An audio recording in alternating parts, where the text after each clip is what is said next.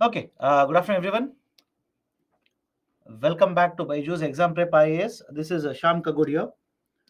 Now, before we continue with the discussion, please do let me know if I'm audible to you. Right, give me a thumbs up. Give me let's say yes, alphabet S, alphabet Y, or Y yes. Anything is okay. So, but please confirm that I'm audible to you so that we can restart the discussion. Done. Thanks a lot. Let's start. Let's start then. So what we are discussing before we took the lunch break, we are discussing WTO, World Trade Organization. World Trade Organization, it's a multilateral institution. Multilateral means what? There are multiple countries who have come together and these are members of right the organization. Hence, WTO is a multilateral organization. In the same way, can we say that IMF is a multilateral organization? Can we say World Bank is a multilateral organization? Answer is yes. Now, in WTO, right, which started functioning from 1995, so far what we have discussed, what is the role and the function of WTO, right? What are the important agreements under WTO? We have already seen TRIPS, TRIMS, GATS, and before these, there was a concept of a GATT, right? What do you mean by a tariff barrier, non-tariff barrier? What is the importance of GATS? How do we divide the services into four classifications under GATS? What is the idea for TRIPS? What is the idea for TRIMS, etc. Now, one more component that we need to discuss under the concept of WTO is the idea of a dispute settlement. And basically, the idea of a dispute settlement. Now, whenever you use the term dispute, what does it mean? Right? What is the meaning of the term dispute here? Imagine there are two countries, member countries of a WTO, A and B. Either two countries, three countries, does not matter. Now, there is a dispute regarding policies between these two countries. For example, government of country A, imagine, will impose certain taxes on some of the products which are coming from country B, which may be acceptable or may not be acceptable for the other trading partner. So the other trading partner has a dispute regarding a policy of government of country A. So please understand, either it could be one country having a dispute against another country or group of countries having a dispute against another country. Doesn't matter. What is argument? Argument is simple. Member countries of WTO do not agree with the policies of each other. There is a dispute. Now, if at all there is a dispute, how the dispute will be resolved? How the issue of the dispute will be addressed in WTO? Point number one. Please tell me, do you remember there is a dispute settlement body under WTO? Let me know. Do you remember this? There is a dispute settlement body under WTO. That is, if you remember the structure of a WTO, I had written it like this. General Council will act as a dispute settlement body and it will also act as a trade policy review body, right? DSB as well as a TPRB. Now, before you start asking me what is TPRB, Trade Policy Review Body, and DSB is a dispute settlement body. So within WTO, there is a mechanism to address any disputes that are arising between member countries. Now, how the mechanism will work, let me explain it. A member country which has a dispute against another member country will file a complaint against this country at a dispute settlement body. In the body, they will file a complaint. Now, once the complaint is filed, generally, WTO's dispute settlement body will ask both the countries to resolve, right, to resolve these disputes amongst themselves. They will say, right, the both of you countries, or let's say group of countries, hold consultation with each other, right, hold mediations with each other and try to resolve this kind of a dispute. Now, what if even after consultations or mediation, the dispute will not be resolved? Now have a look at this. The dispute settlement body will appoint a panel. Panel is nothing but set of experts. Right? Certain members, right? Experts are appointed. Generally, three people are appointed. This is called as an investigative panel. Now, this panel, once appointed, will conduct the inquiry, will conduct the investigation, and submit a report. Now, the report can be in favor of the complainant country, that is, in simple terms, Imagine if country B has filed a complaint against country A. The report can be in favor of country B or it can be in favor of country A. So the panel will submit a report. Now, imagine the report is in favor of country B. So obviously country A will not be happy with it. I hope you understand this. If report says country B is correct, right? Country A's policies are wrong. So obviously country A will not be happy with the report. Now there is one more option available for country A. They can approach the appellate body, right? They can simply approach. There is one specialist body which is called as an appellate body. And right, have a look at this. Once the appellate body will look into the report, right, they will also give the findings. They will either uphold the report or they will, right, basically say no, report is wrong. Now the dispute settlement body, right, will start looking into the report. The DSB, that is a dispute settlement body, may either accept the report or may reject the report. This is generally how the dispute settlement takes place in a World Trade Organization. Anybody has a problem with this? Please do let me know. Process is very simple. Do not complicate it. I'll connect it to current affairs. If you want to simplify it, you know how judiciary system works in India? Let me check. You know how judiciary system works in India? You'll file a complaint. Initially, it will be taken up by district court. Then it will go to high court. Then it will be taken up by Supreme Court. After Supreme Court, is there any appellate body for you? Appellate means where you are going to appeal. Please do let me know. If Supreme Court of India gives you a judgment, not hanging by death, etc., etc., don't enter into that. If Supreme Court of India will give you judgment, can you appeal against the Supreme Court of India anywhere else? Nothing else. Final order will be from Supreme Court of India. Apply the same logic here. First, two countries which have dispute will approach the body. The body will ask them to resolve the dispute amongst themselves. If they cannot resolve the dispute, right, by meeting each other, then the body will appoint a committee, expert panel. Expert panel will study and give a report. Now, if this report is in favor of country A, then country B will appeal against the report. If the report is in favor of country B, then A will appeal against the report. For example, let me connect it to current affairs. Before the lunch break, did we discuss a scheme by the name of MEIS? Let me know. Before we took the lunch break, in the earlier session, did we discuss a scheme by the name of MEIS? Answer is yes, by the way. And was the scheme MEIS against SCM? Agreement on subsidies and countervailing measures? Was it against SCM? Of course, answer is yes. So there is a dispute now. USA says government of India should not implement a scheme by the name of MEIS. Can I say this is a dispute between India and USA? Let's go step by step. Can I say this is a dispute between India and USA? Now USA, along with many other countries, filed a complaint against India at a dispute settlement body under WTO. Now the dispute settlement body appointed a panel.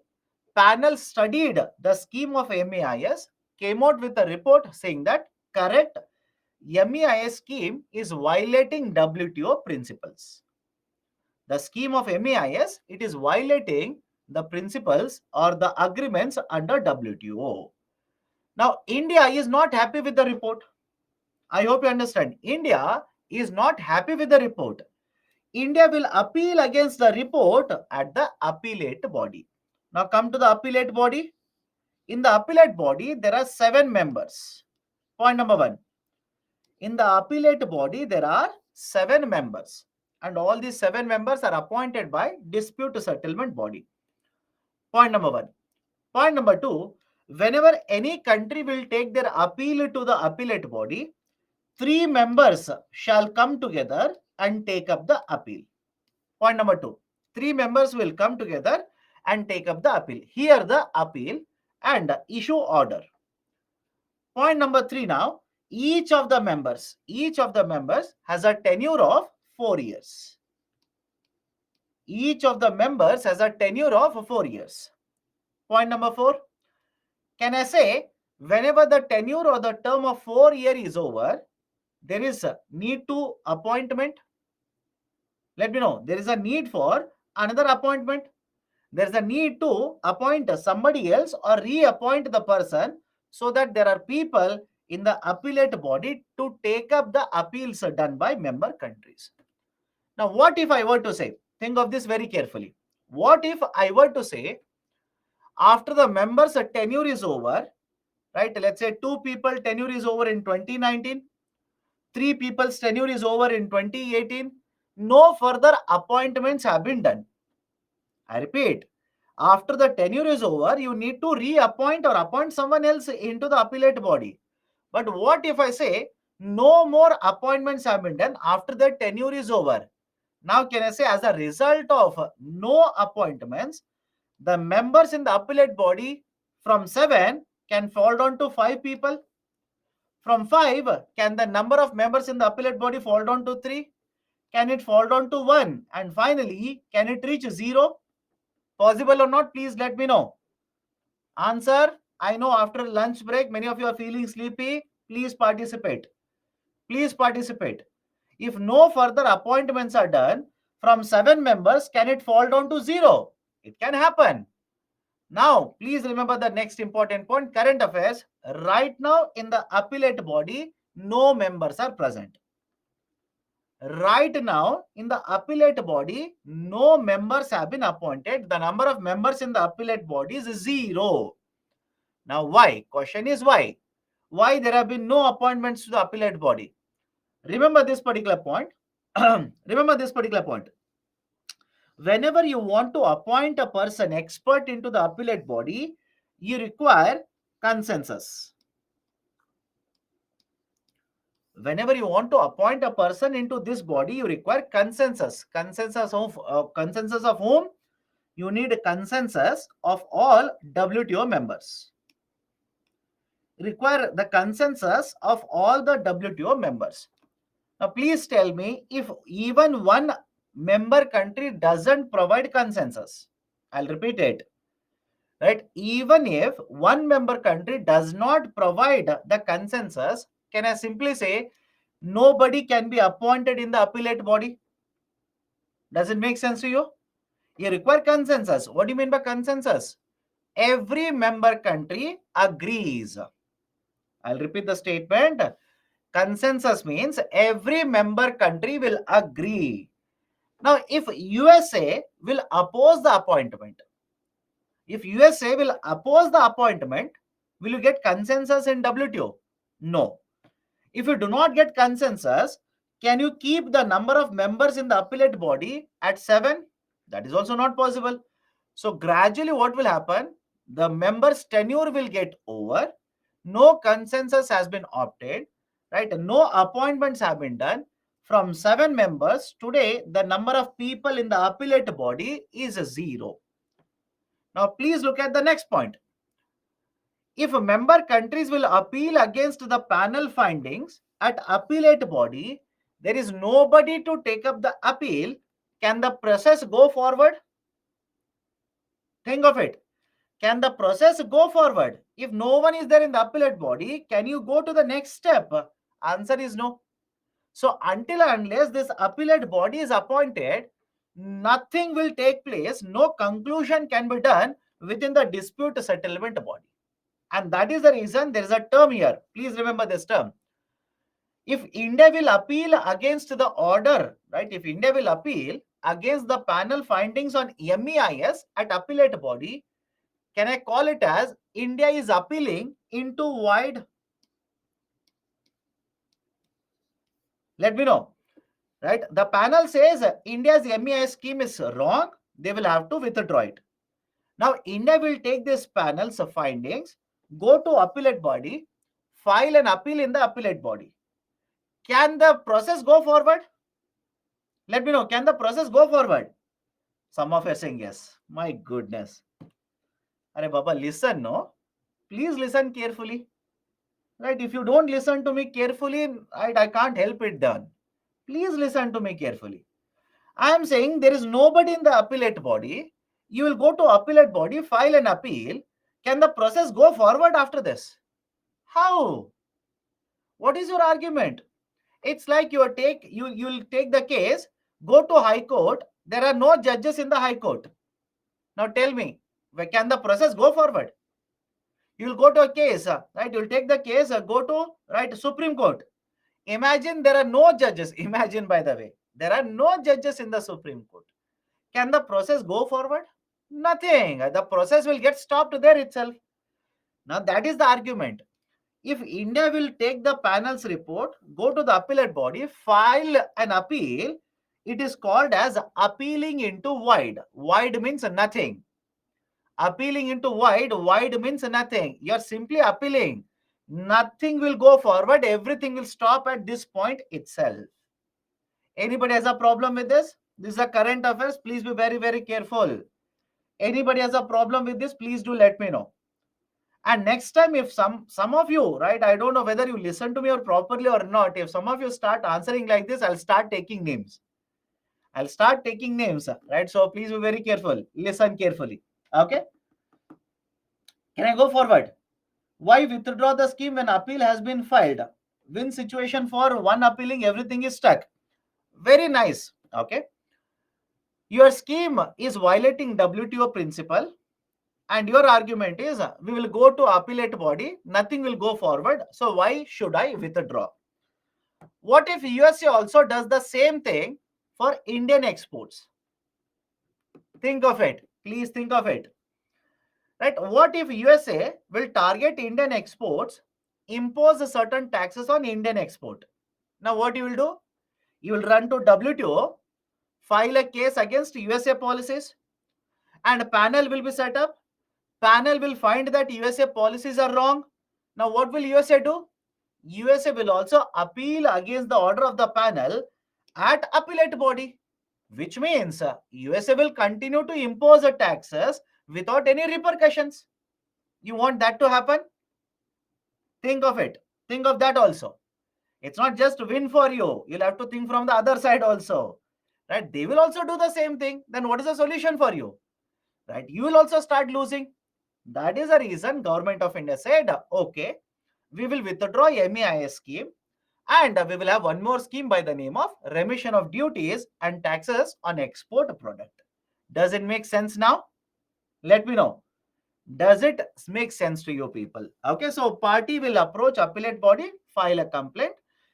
File an appeal, and whatever is the observation of appellate body will be sent to dispute settlement body, and DSB may accept or reject the appeals report. Now, the last point regarding this, please remember this carefully. Whenever the DSP has to accept or reject the report, they can only reject the report of the panel with negative consensus. This is important.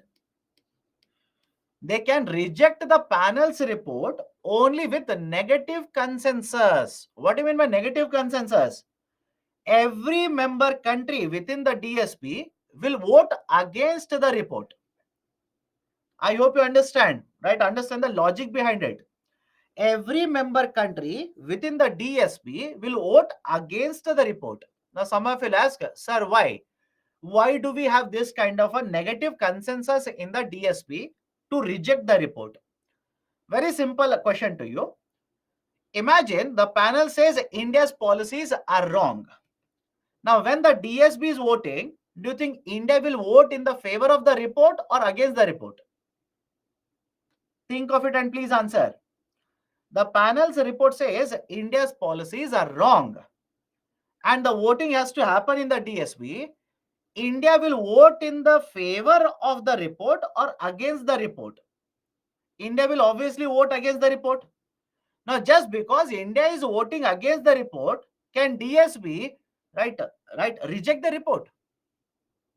Think of it. Can that be a possibility? If this kind of a negative consensus is not there, can that be a possibility? Right? DSP will simply say no consensus is there, so we'll reject it. So obviously in that case, none of the panel's report will be accepted. I hope you understand. If there is no negative consensus, in such a cases, USA will oppose the report if it is against USA. India will oppose the report if it is against India. China will oppose the report, right, or vote against it if it is against China. So in such cases, don't you think if you require consensus for everyone, if you require consensus from everyone, you will never get consensus to accept a report. That is the reason, please remember this. Please remember this. Generally, the DSB to reject the report, I repeat, the DSB to reject the report, you require negative consensus. Otherwise, by default, they will accept the report. Right? I hope you understand this. Right? If by default they want to reject the report, they cannot do it until unless every member country votes against the report. That will never happen. Otherwise, by default, they will accept the report because obviously 100 countries are in favor of the finding, 2 countries are against the finding. Doesn't matter. Or 1 country is against the report. Doesn't matter. This is how the dispute settlement body will actually work out in a WTO.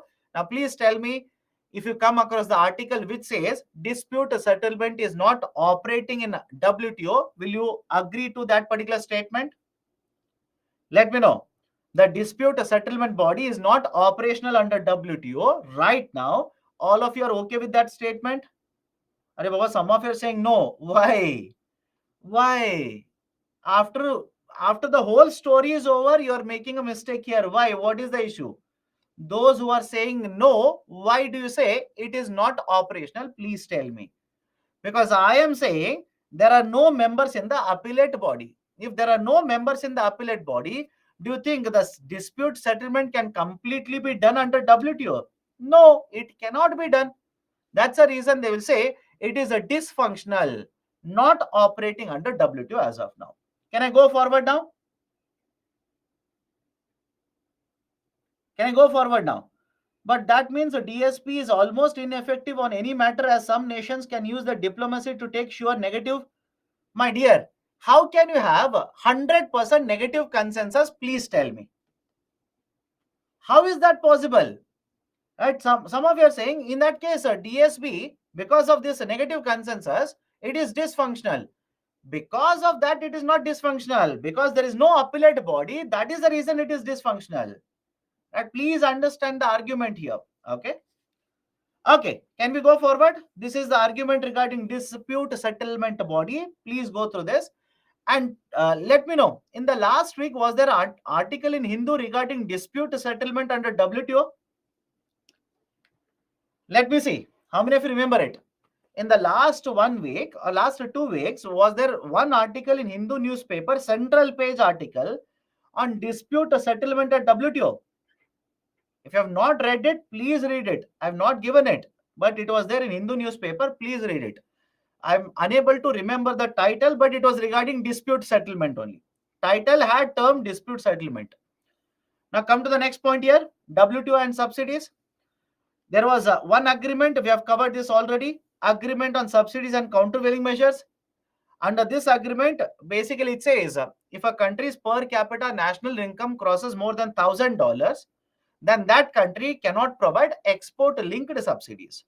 Now, why it should not be done? Logic is simple. Why should the countries not provide export linked subsidies when their per capita income increases? For example, please tell me USA and Nigeria. USA and Nigeria. Simple question to all of you. Between these two countries, according to you, don't worry about exact numbers. According to you, which country has a higher per capita income? Let me know. According to you, which country do you think has a higher per capita income? USA. Now, US is also a developed country. Now, if these kind of restrictions are not there, government of USA will provide incentives to the manufacturers and exporters. Can they keep on exporting the goods into Nigeria? Can it happen? Think of it. Possibility? Yes. And if this happens, what will happen to domestic companies in Nigeria? What will happen to domestic manufacturing in Nigeria? Can they match with USA companies? Of course, no. So that is the reason we say if per capita income of countries will cross more than $1,000 for 3 consecutive years, do not provide export linked subsidy because you will have a higher advantage compared to other countries. This is the argument behind it. Then can we go forward now? There is one more agreement on agriculture. Okay, there is one more agreement. That is agreement on agriculture. We will cover it later today. Today we will cover it later when I take up and discuss concept of subsidies. We'll take it up. Later. Okay, don't worry. I'll discuss. Right? You do not have to be worried about it. Now, next concept I want to discuss regarding international trade is the idea of economic integration. Concept of economic integration. Now, what do you mean by economic integration? It is a policy of discriminatory reduction or elimination of trade barriers for members in the group. Sir, what do you mean by that? Let me give you a very simple example. India is conducting trade with USA. Any problem? Is conducting trade with Australia. India has a trade relations with Australia as well as USA. Point number one. Point number two, between these two trading partners, can I say India has a trade agreement right now with Australia? Yes or no? At current affairs, simple current affairs questions. Okay. Does India have a free trade agreement with Australia? Yes. Does India have a free trade agreement with USA? Answer is no. We are negotiating. We are yet to have. We will have it. Don't worry. Now have a look at this. In this agreement, how many member countries are there? In this agreement, how many member countries are there? Only 2 member countries. I will call this as a bilateral agreement. Very, very simple terms. I'll call this as bilateral free trade agreement. Bi means 2. Next important point. Now, when such agreements are done, can I simply say this agreement is nothing but discriminatory reduction or elimination of trade barriers with my trading partner? Let me know. Can I characterize it? Can I call it in this way? That is, I'm having a discriminatory policy. Discriminatory means in favor of USA. I'm making a discrimination in favor of USA, positive discrimination. In favor of USA, I'm making a discrimination where, sorry, in favor of Australia, I'm making a discrimination wherein for the goods or services which are coming from Australia, I will reduce or eliminate the tariffs. Can we talk about the same thing between India and the UAE? Yes or no? Can we see the same thing even in the context of India and UAE? Answer is yes, by the way. Okay. Because India and UAE have a trade agreement. So in favor of UAE, discrimination in favor of UAE, we have reduced the tariff, we have eliminated tariff. This is basically called as economic integration. Basically refers to as economic integration. Now, how many levels of integration are there? First one is a preferential trade agreement. Second one is a free trade agreement. Third one is a customs union. Fourth one is a common market. And the fifth one is economic integration. Let's go point by point, level by level. Please listen carefully. Let's start. What do you mean by preferential trade agreement? I'll start with a very simple example. Imagine there is country A and country B. Two countries. Sir, is it always two countries? Not necessarily. But at least there have to be two countries for the agreement. It could be 10 countries. It could be 14 countries. It could be 20 countries. It could be 10 countries. But at least two. Now let's say A and B will sign the agreement. A and B will sign the agreement. As a result of this agreement, out of total trade, total means what? Imagine A will export $50 billion worth of goods and services to B, and B will export, let's say, $70 billion worth of goods and services to A. Can I say total trade between A and B? Bilateral trade between A and B is $120 billion. Any problem with this? Can I say bilateral trade between A and B is $120 billion. Now let's say out of total trade worth $120 billion, we will reduce the tariff or eliminate a tariff only for goods and services worth $40 billion. Not the whole trade, only part of the trade we will cover. We will reduce the tariff on these goods and services. Now, please let me know, can I call this as a trade where only part of, I'm sorry, an agreement where only part of the trade is covered, not the substantial trade. I'll repeat it again. Simple example, total trade is $120 billion and both of the countries will come sign the agreement covering goods and services only worth $40 billion. Now, can I say this agreement will cover part of the trade but not substantial or large part of the trade? Anybody has a problem? Please do let me know. If you ask me, sir, can you tell me in percentages? There is no formula here. I cannot simply say 50% of the trade always. No. I cannot say 30% of the trade. No. But please tell me, I'll give you one more example, then you can tell me. Imagine out of $120 billion worth of trade, goods and services worth $115 billion were covered under the trade. Now look at the second example. Can I say most of the trade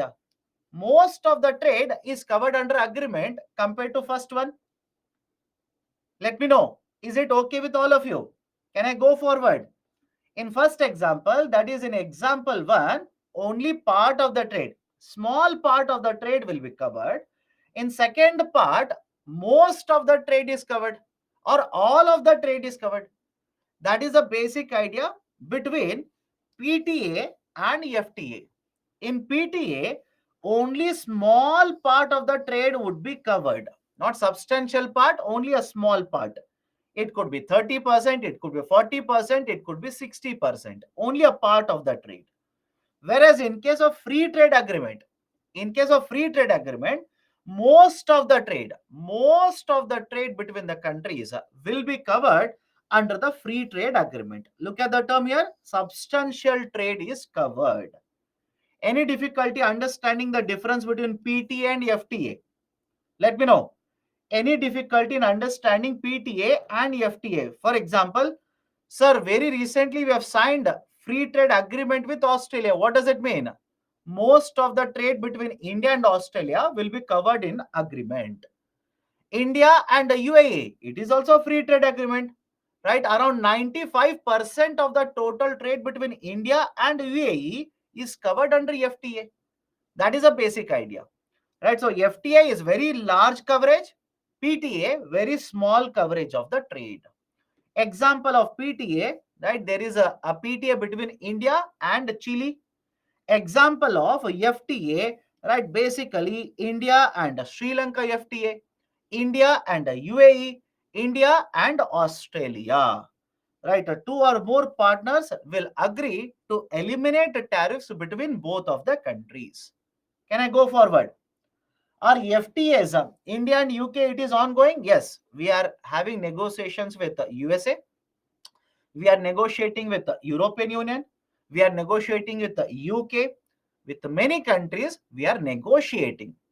And with many countries, we already have, right, the agreements. Right. But more importantly, in recent times, current affairs, we are signing more and more free trade agreements. Are FTAs exception to MFN? Of course, yes. Have I not told India-Australia example when I discussed MFN? Right? Any kind of these agreement, are they exception to the most favored nation, the principle of WTO? Of course, yes. Answer is yes. Right? That is correct. Can we go forward now? Can we go forward? Can we give Australia as FTA? Yes, my dear. Right? Australia is FTA. UAE is FTA. Now, can we go forward now? Please understand. Many of you will simply say, sir, when I read about India and Australia, rather than using FTA, they have used some other term. Don't worry, what is the term? Generally, they will talk about these kind of agreements. Do let me know whether I'm correct or not. They will use a term by the name Comprehensive Economic Cooperation Agreement, SECA. Correct? In some of the cases, they will use the term SECA. I'll repeat the long form. Comprehensive Economic Cooperation Agreement. Apart from SECA, they will also use one more term, SEPA. Right? SEPA, Comprehensive Economic Partnership Agreement. Either they will use the term SEPA or SECA to represent a free trade agreement.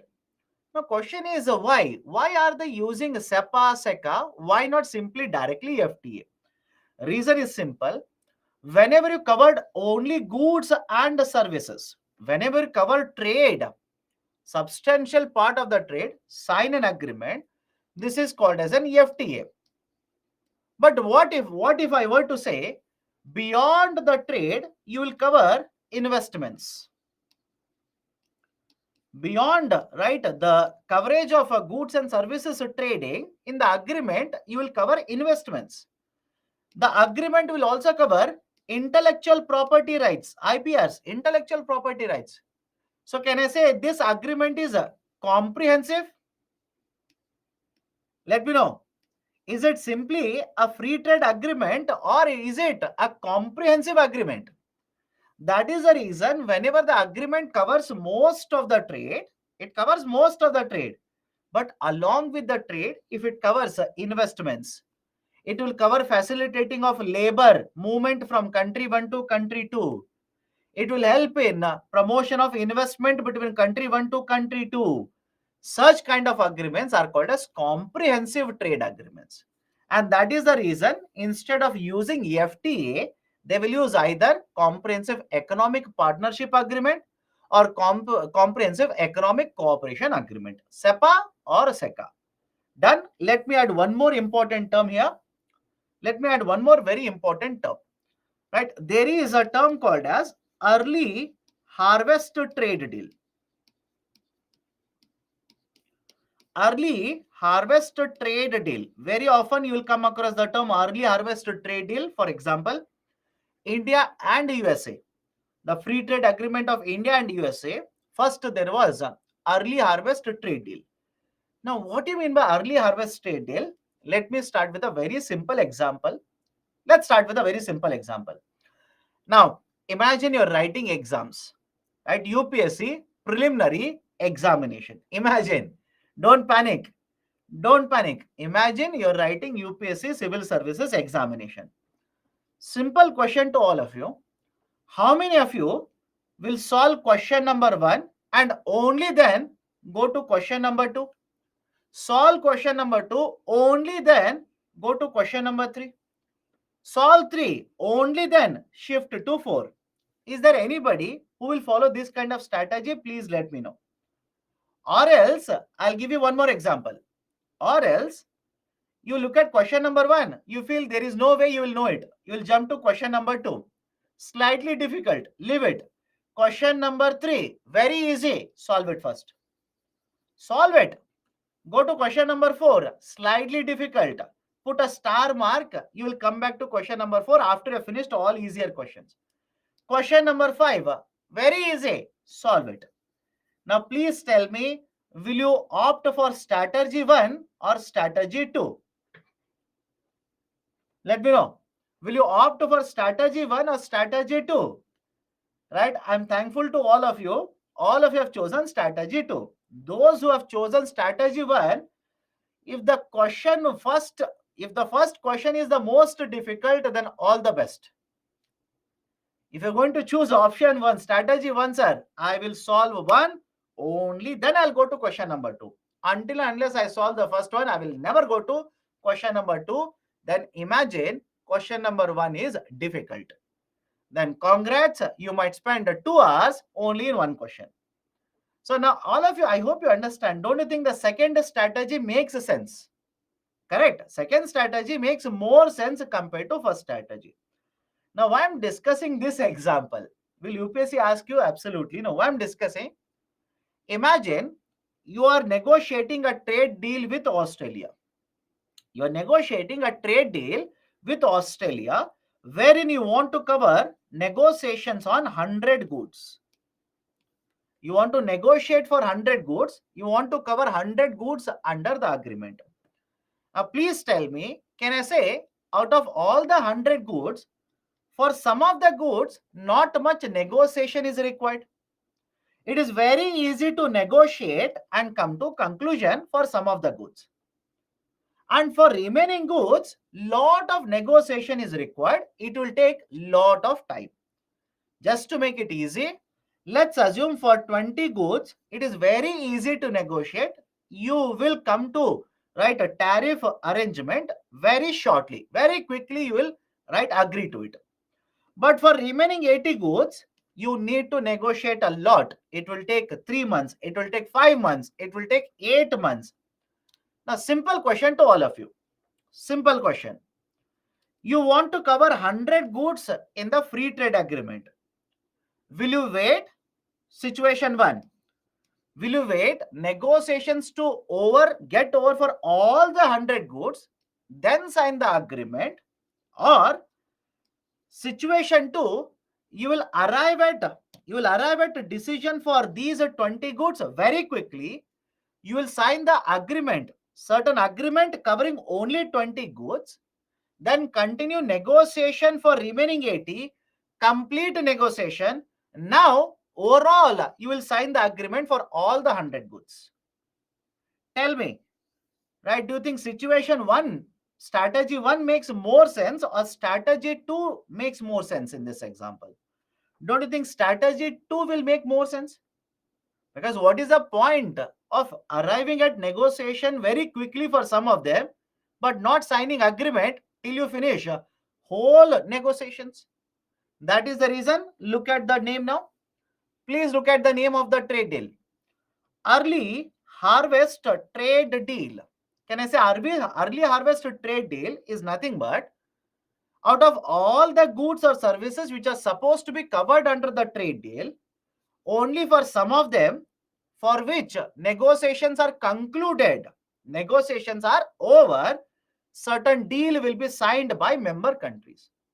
And negotiations for remaining will continue, after which a complete free trade agreement will be signed. Any problem? Can I go forward now? Any issue with this strategy? Please do let me know. All these terminologies are there in the newspaper. Do not be worried. Do not be confused. Understand the context behind it. Difference between SECA and SEPA, nothing from one country to another country. To what extent?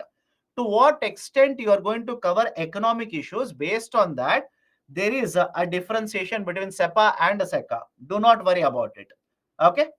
Can we go forward now? Can we go forward? Right, so one is PTA, second one is FTA. Now think of it. Can I say FTA is much more broader in coverage compared to PTA? FTA is much more broader in coverage compared to PTA. Right, more areas will be covered, more goods will be covered, more services will be covered. Right, that is the reason India is signing more and more FTAs with other countries now. Third one is customs union. Third one is customs union. First point, what do you mean by customs? If you want to understand customs union, what do you mean by customs? Customs means the taxes that we are going to impose on the trade. Very simple. What taxes we are going to impose on trade? Right? Although please understand, we can impose the taxes on exports as well as imports. Traditionally, we promote exports.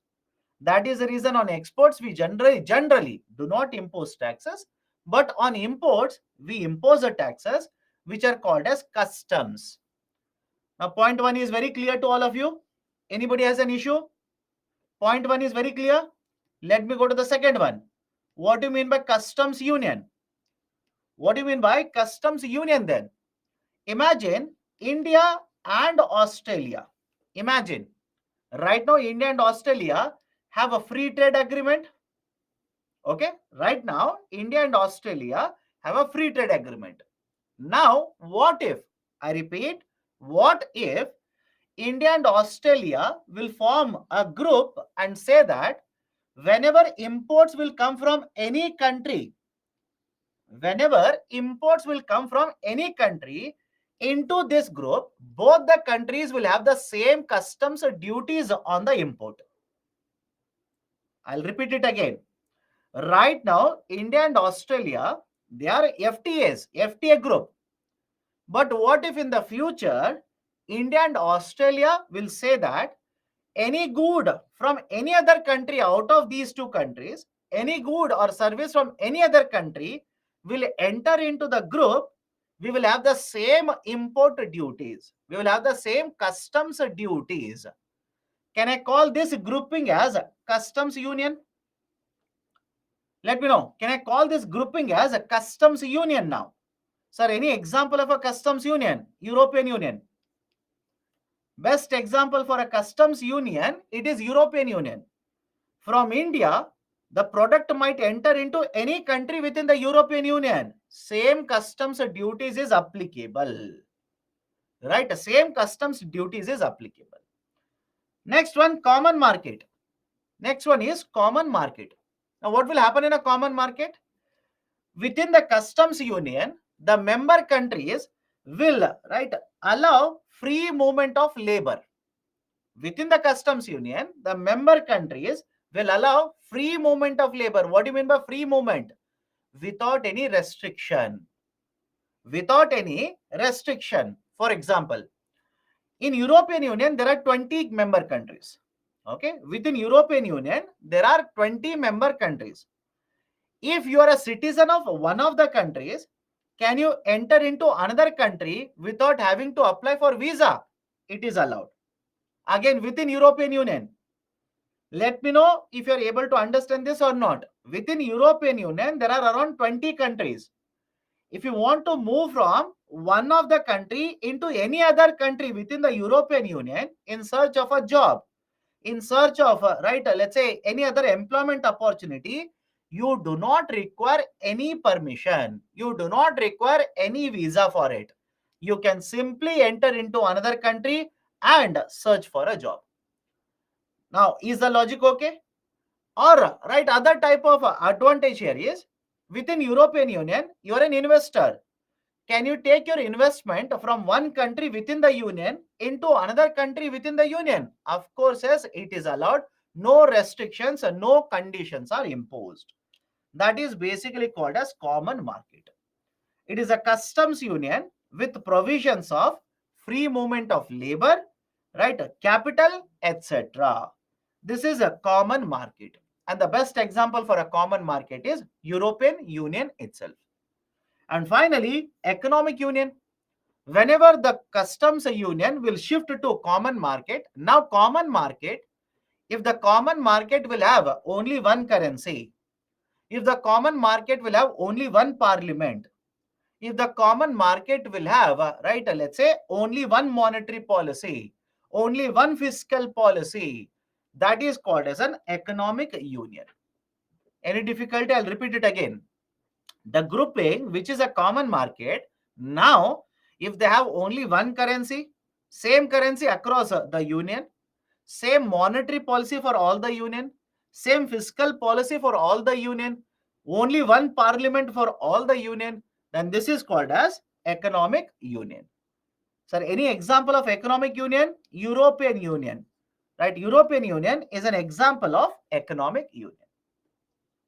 Then any difficulty, please do let me know. Simplest one is PTA, Preferential Trade Agreement. After that, we have FTA, Free Trade Agreement. After that, we have Customs Union. After that, we have Common Market. And after that, we have Economic Union, EU. Right? So this is how evolution, of integration will take place. Now, please tell me, does it make sense to you? Can I say, as we will keep on moving from the top to the bottom here, integration will increase, complexity of the structure will also increase. Yes or no?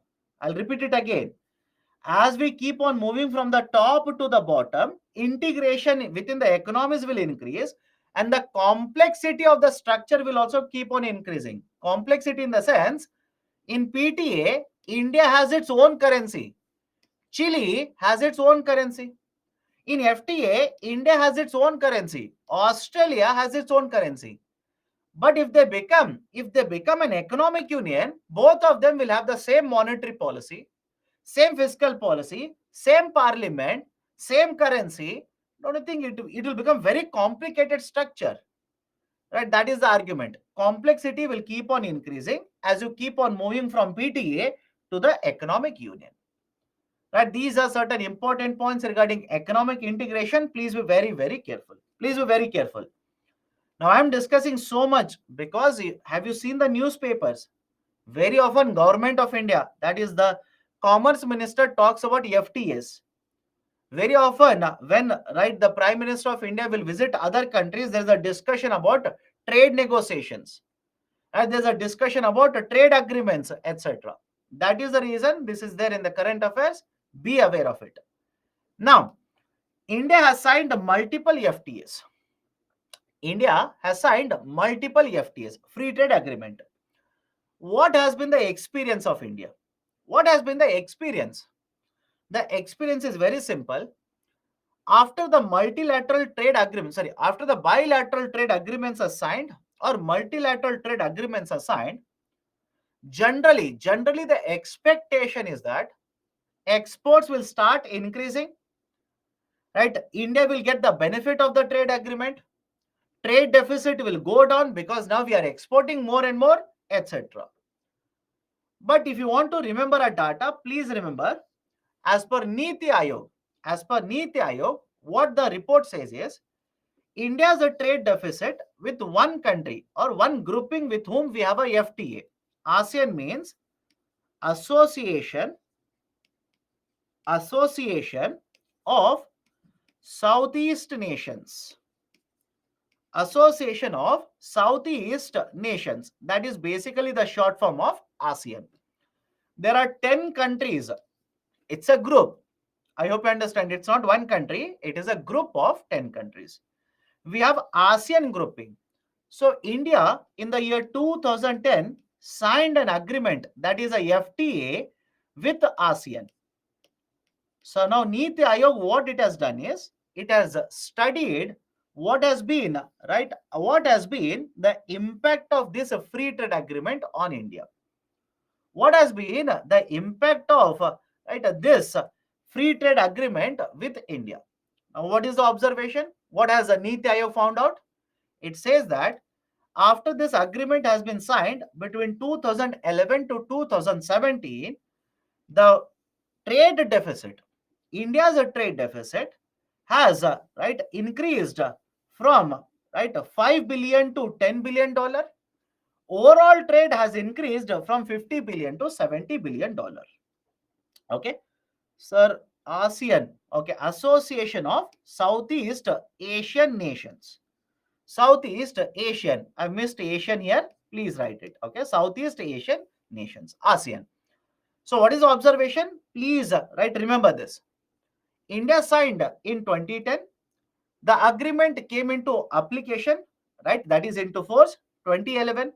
So between 2011 to 2017, the trade agreement led to higher bilateral trade. The overall trade increased. But at the same point of time, India's trade deficit with ASEAN also increased. Now, some of you will be confused. Sir, how is that possible? If overall trade is increasing, how is that trade deficit is also increasing? Right? Look at this example. A and B. Let's say before the agreement, A will export, right? Let's say $10 billion worth of goods and services to B, and B will export $20 billion worth of goods and services to A. Now, please start answering. What is the total trade in the example 1?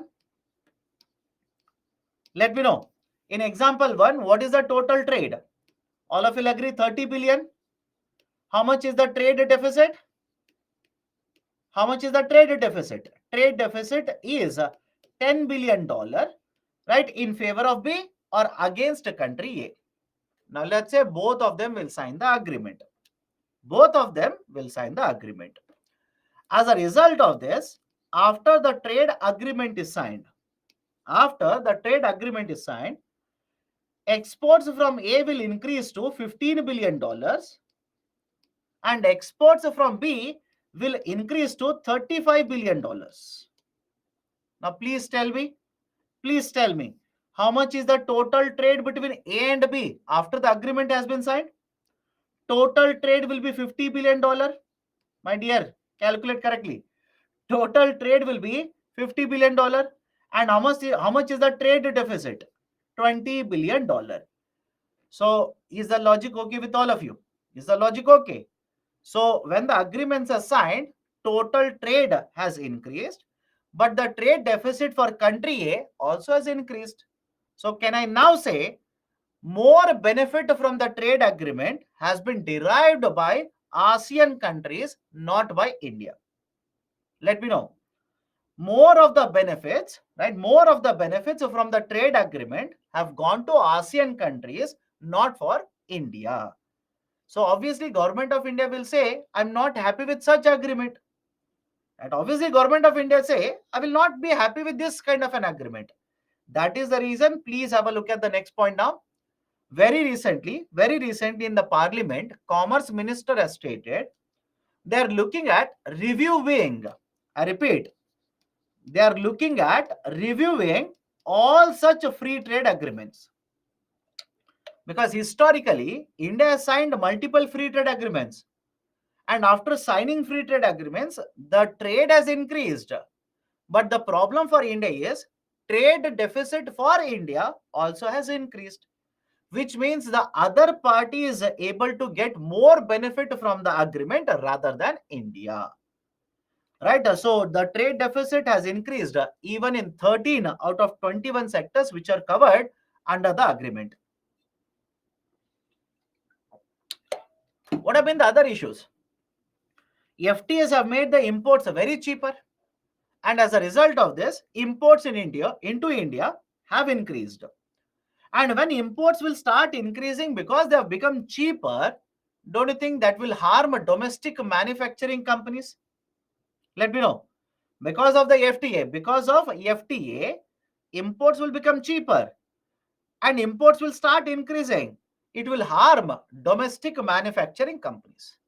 So these have been some of the observations regarding multiple FTA agreements that India has signed. If you ask me, sir, then what is the way forward for this? We are already reviewing these trade agreements, right? You can check it in the current affairs. Government of India stated we are in the process of reviewing such agreements where we are not getting benefit, rather these are harming us. Now question is why? If you ask me, I'll come back to this, don't worry. If you ask me, sir, why? Why is that even though after signing the agreement, India is not able to get more benefit, other countries are able to get the benefit? These are some of the reasons. One, cost of logistics in case of India is comparatively higher. Very simple. Because ultimately you will talk about market price of the product. You have to control market price of the product. So what if I were to say cost of transportation, cost of warehousing, cost of logistics, it is higher in India. So if the cost of logistics are higher, market price would be higher. If market price is higher, can I say in some cases imports might become cheaper, or in other cases, if these are exports, these will be less competitive. Is the logic okay? I'll repeat it again. If the cost of logistics is higher, what is the impact of it? The impact is very simple. You want to export it, because of the cost of logistics, market price would be higher, less competitive in the international market. Second, imports might become cheaper compared to your product. So we are not able to get the benefit. Point number one. Point number two, higher interest rates. Higher interest rates in the domestic market compared to other countries. Let me ask you a very simple question. Example 1, example 2. Example 1, example 2. Assume nothing else is different. Don't say, sir, what about that? What about this, etc. Don't worry about it. Assume everything else is same. In example 1, you will take a loan, rate of interest is 8%. In example 2, you will take a loan, rate of interest is 3%. Now, if everything else is same, can I say market price of the product in example 2 will be lesser compared to market price of the product in example 1? Let me know. If everything else is similar, not very great a difference, similar. Because of the interest rate, now can I say product in example 2 will be cheaper compared to product in example 1? What if I write this is India and this is, let's say, China? Tell me now. What if I write this is India and this is China? Already, technology is much cheaper in China. Cost of raw materials, they are able to access to a lot of raw materials at a cheaper cost. In addition to this, cost of logistics in China is also very less. And right, if all of these will get added to lower rate of interest on the loans taken by the manufacturers, don't you think they will end up exporting more and more to India? I hope you understand why rate of interest also plays a very important role and will reduce competitiveness of India's exports. Point number 3, more and more trade barriers are being imposed by other countries. Right? More and more trade barriers are being imposed by other countries. For example, India and USA. Please tell me, has USA in the last couple of years increased their trade barriers? Let me see. Please let me know. And again, sir, how do I know? Last year I was not preparing. 5 years, how do I know? My dear, very recently, India and USA trade relations were discussed.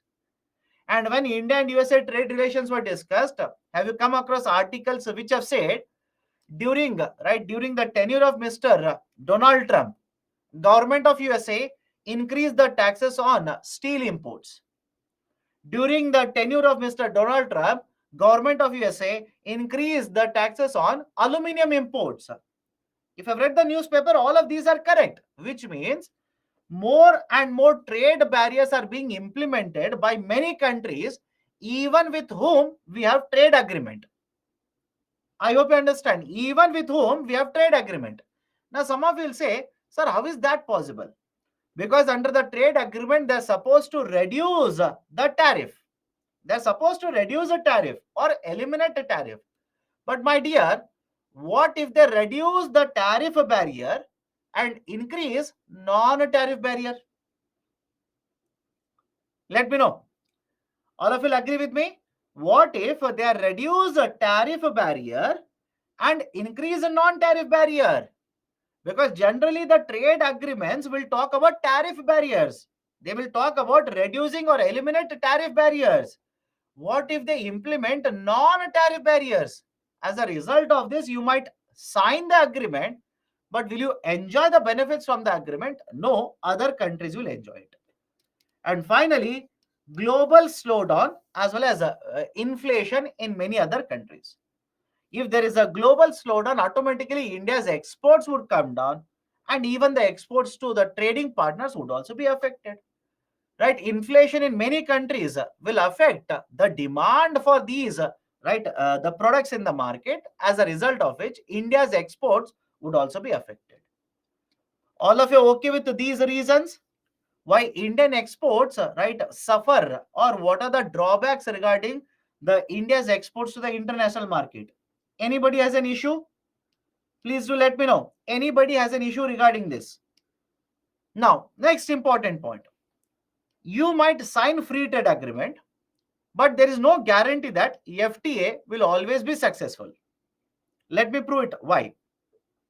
You might sign a free trade agreement, but it doesn't guarantee that FTA will always be successful. Why? Let me explain this. Point number 1, you are signing an agreement, and in that agreement, you are covering one of the sector. Imagine the sector is not developed in India. The sector is not competitive in India. Do you think exports from these sectors will increase into another country? Think of it. Please do think of it and answer. Imagine you are signing an agreement, and in that agreement, you are covering one sector, India's a sector. This sector is not developed. It is still struggling. It is not very well developed in India. but that is covered under FTA. Do you think automatically exports will start increasing from this sector? Not necessary. Why? The sector is not developed, it is not competitive in India. Right? So that is the first reason why always signing FTAs will not lead to results. It may not be always successful because what goods are you covering? What sectors are you covering in the agreement? That is also very much relevant. Point number two, removal of non-tariff barriers. Just now I've told you, removal of non-tariff barriers. Under FTA, you will talk, target, reduce, and eliminate the tariff barriers. What if other countries will start implementing non-tariff barriers? That will not necessarily mean FTA will become successful. Point number three, income of the countries with which we have signed agreement. Don't you think this is also very important? Think of it. Let me ask you a very simple question and then you tell me. India will sign an agreement with Nigeria. India will sign a free trade agreement with USA. Please tell me, which of the two trade agreements do you think is a priority for government of India? Very simple question. Again, don't say, sir, why do you always target Nigeria? Take for that matter any African country. Take that for that matter any African country only because they are not developed, underdeveloped, or right, very poor countries. So don't you think government of India, if they sign a free trade agreement with USA, that is more beneficial for India? I hope you understand. That is more beneficial for India. Why? What is the reason? Don't you think income of USA, how much is the demand for goods and services? What is the GDP value? What is the per capita income? That will also play a very important role in signing this free trade agreement. And that is the reason, please remember, if in UPSC they will ask you what is the way forward for all of this. In UPSC, if they ask you what is the way forward for all of this, please write this point. India has signed multiple FTAs, which is positive for us. But think of it, do we have FTA with USA, which is the largest economy? Mind you, please understand the point. Do we have a FTA with USA, which is the largest economy? No, my dear, we do not have it. Right? Do we have FTA with European Union? Right? A grouping of the countries. That is also very large. We do not have it. So can I say one of the points that you will have to mention in way forward is India should sign FTAs with larger economies now. Correct? Please do let me know. If I'm wrong, please do let me know. India should sign a FTA with larger economies such as USA, such as European Union. Mention these two economies. And in the process of writing, do not write China. China is also a large economy, but India should not sign agreement with China. I'll tell you why. India has a huge trade deficit with China. Simple reason. India has a huge amount of trade deficit with China. Sometimes it is 60 billion, 80 billion dollars, etc. Now imagine India will sign a trade agreement with China, which means, don't you think imports from China will suddenly increase into India? All of you will agree? Right? Does it make sense to you? Without any agreement, they already have an advantage. Without any agreement, they have an advantage of extra 60 billion, 80 billion dollar. Now imagine you sign the agreement where you will reduce or eliminate tariff on their product. So can you imagine to what extent the imports will start being exported from China to India? So that is a concern, right? That is a concern. That's a reason, right? Let me connect it to one more point here. Have you heard of a grouping called as RCEP? Have you heard of a grouping called as RCEP? RCEP stands for Regional Comprehensive Economic Partnership. RCEP, Regional Comprehensive Economic Partnership, type of an FTA, multilateral, more than two countries. Originally 16 countries were supposed to be part of RCEP. Originally, 16 countries were supposed to be part of RCEP, including India and China.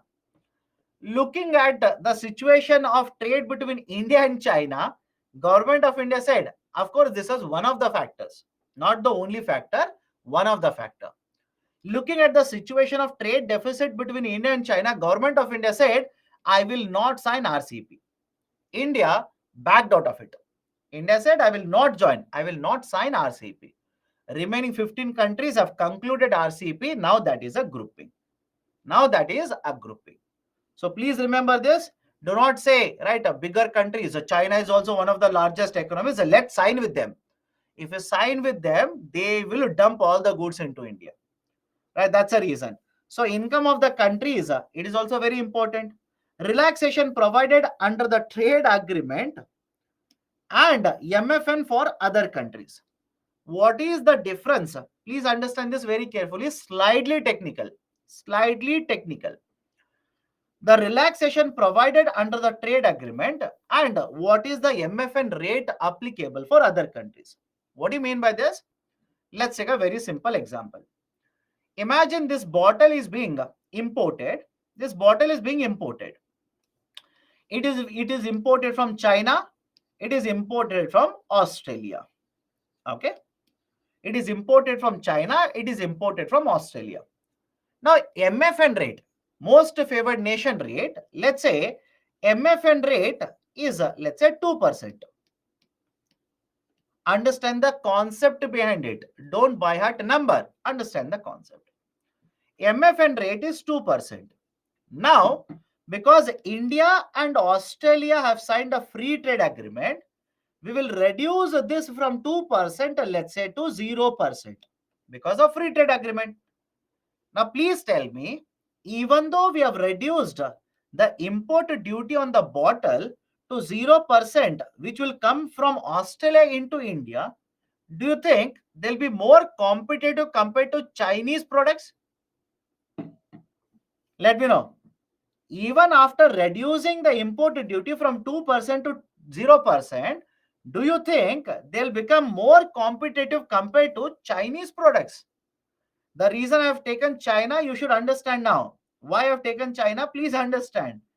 Right? Don't you think Chinese products, right, are already very, very competitive? Yes or no? Chinese products are very, very competitive already. Right? You don't trust me? Look at how much laptops we import from China. How many tablets we import from China. Look at it, you will realize it. So even with 2% advantage, it might so happen that Australian products may not become more competitive. I'm saying may not become, because in some cases it happens. I'll repeat the statement here. MFN rate is 2%. And you will sign an agreement with one country, reduce the MFN from 2, you will reduce the rate from MFN 2% to 0% because you have signed the agreement. But does it necessarily mean product from Australia will become more competitive compared to Chinese products? It may not mean that. It may not guarantee that outcome. So don't you think even after signing FTA, import of this bottle will continue to come into India from China, not from Australia, which means India may not get the benefit. Australia may not get the benefit of covering bottle under FTA. So these are some of the reasons, right, on which the success or the failure of FTA will always depend upon. Now, let me give you one more very important concept here. Very often this is cited in the newspaper. Very often this is cited. The term is rules of origin. The term is rules of origin, ROO. And let me know, is this cited very often in the newspapers or not? ROO negotiations are being taken care between India and this country, India and UAE, India and right ASEAN, etc. Now, what is the meaning of rules of origin? Let me explain this. Follow this very carefully. Now, let's say I'll take simple example. Understand the concept. Let's say this bottle is manufactured in China and there is an option available, export it to India. Export it to India. And next, India will sign a free trade agreement with ASEAN economy, ASEAN country or ASEAN grouping, and this bottle will be exported from ASEAN to India now. Rate applicable is 0%. Rate applicable here is 10%. If this bottle will come from China, we'll apply customs of 10%. If it will come from ASEAN, we'll apply customs of 0%. Why? We have a free trade agreement. Now, please understand this. Rather than exporting directly from China to India, can they follow a different process wherein they will export the product from China to ASEAN, and from there they will export it to India. Let me know. Possible? Right? Is it possible or not? That is, rather than directly exporting from China to India, then they will attract 10%. Those bottles will attract 10% duty. What they will do is, they will export from China to an ASEAN economy, and from ASEAN economy, they will export to India now at a 0% duty. Now, please tell me, is it not abuse of free trade agreement? Let me know. Is it not abuse of the trade agreement that we have signed with ASEAN economy? Of course, yes, this is abuse. So what is the way forward then? What should be done? That is the reason whenever such agreements are being signed now by Government of India, they have a provision called as a rules of origin. They will have a provision called as a rules of origin. What do you mean by rules of origin? Imagine there is a company A here. A will export the bottle to India. When they are exporting, they will have to issue a certificate. A will have to issue a certificate saying where the bottle was manufactured, how much of the value addition for this bottle took place in this country, how much was the imported value, what was the value addition done for this bottle. That certificate will have to be issued by country A now. Now tell me, if India will look into this certificate, can they find out this product is coming mainly from China? Let me know. Right? For example, sir, how will I find out? I'll take a very simple idea here. Imagine the bottle value is $100. Simple numbers. Imagine the bottle value is $100. This company says only 10% value addition, only 10% of this value of the bottle has been added in ASEAN economy, and remaining 90% it is from some other country. It is from some other country, not in the ASEAN economy. Now, because only 10% of value of this bottle has been added in ASEAN, does it mean it was mainly manufactured in ASEAN? No. It could have been imported, packaged, and sent. Now, Government of India will simply say, because the value addition was less than 50%, because the value addition was less than 40% like this tax benefit, I will not give it. I will not give the tax benefit. Whatever is the MFN rate, most favored nation rate, I will apply MFN rate. Right? All of you agree? Does it make sense now? Right? So rules of origin will help in ensuring that there is no abuse of such trade agreements by other countries by routing their products into these FTA countries. So this is also very often cited in the newspaper. Please be very careful. Can we go forward? Let me know. Can we go forward? All these are the points regarding trade agreements, right? Let's say evolution of integration, different agreements, right? What has been the issue of the exporters in India, etc. Now, what reforms have been implemented? What reforms? We have addressed the issues now. Now, what reforms right have been implemented? First, very important reform, RODTEP. Please tell me, do you remember RODTEP? We have discussed it in the first session. That's the reason I'm skipping now. Don't say, sir, you're skipping slide. Already we have discussed. Hence, I'm going to the next reform. Second one is a production linked incentive. Very important. Right? Production linked incentive. Very important. Follow this very carefully. What is a production linked incentive? Production linked incentive is a type of a scheme implemented by the government of India, where government of India wants to promote more and more investment in certain sectors. Very simple idea. Government of India wants to promote more and more investment in certain sectors. For example, right now there are 14 sectors which are covered under PLI. I repeat, there are 14 sectors which are covered under PLI. Initially, we started with 3 sectors. Now, 14 sectors are covered under PLI. Now, what is the objective of PLI? What are we trying to do with the concept of PLI? Point number one, we want to promote more and more investment in these sectors. We want to promote more and more investment into the sectors. Sir, any example of the PLI sector, my dear? For example, PLI has been introduced right in manufacturing of electronics, right? The laptops, etc., etc. Electronics, semiconductors, right? There is also PLI in the context of mobile manufacturing, right? Mobile manufacturing, etc. So there are totally 14 sectors. Just a second. There are totally 14 sectors wherein we have launched the idea of a PLI. So point number one, we want to promote investment in the 14 sectors. Point number two, we want to create employment. Through PLI, we want to create more and more job opportunities, employment opportunities.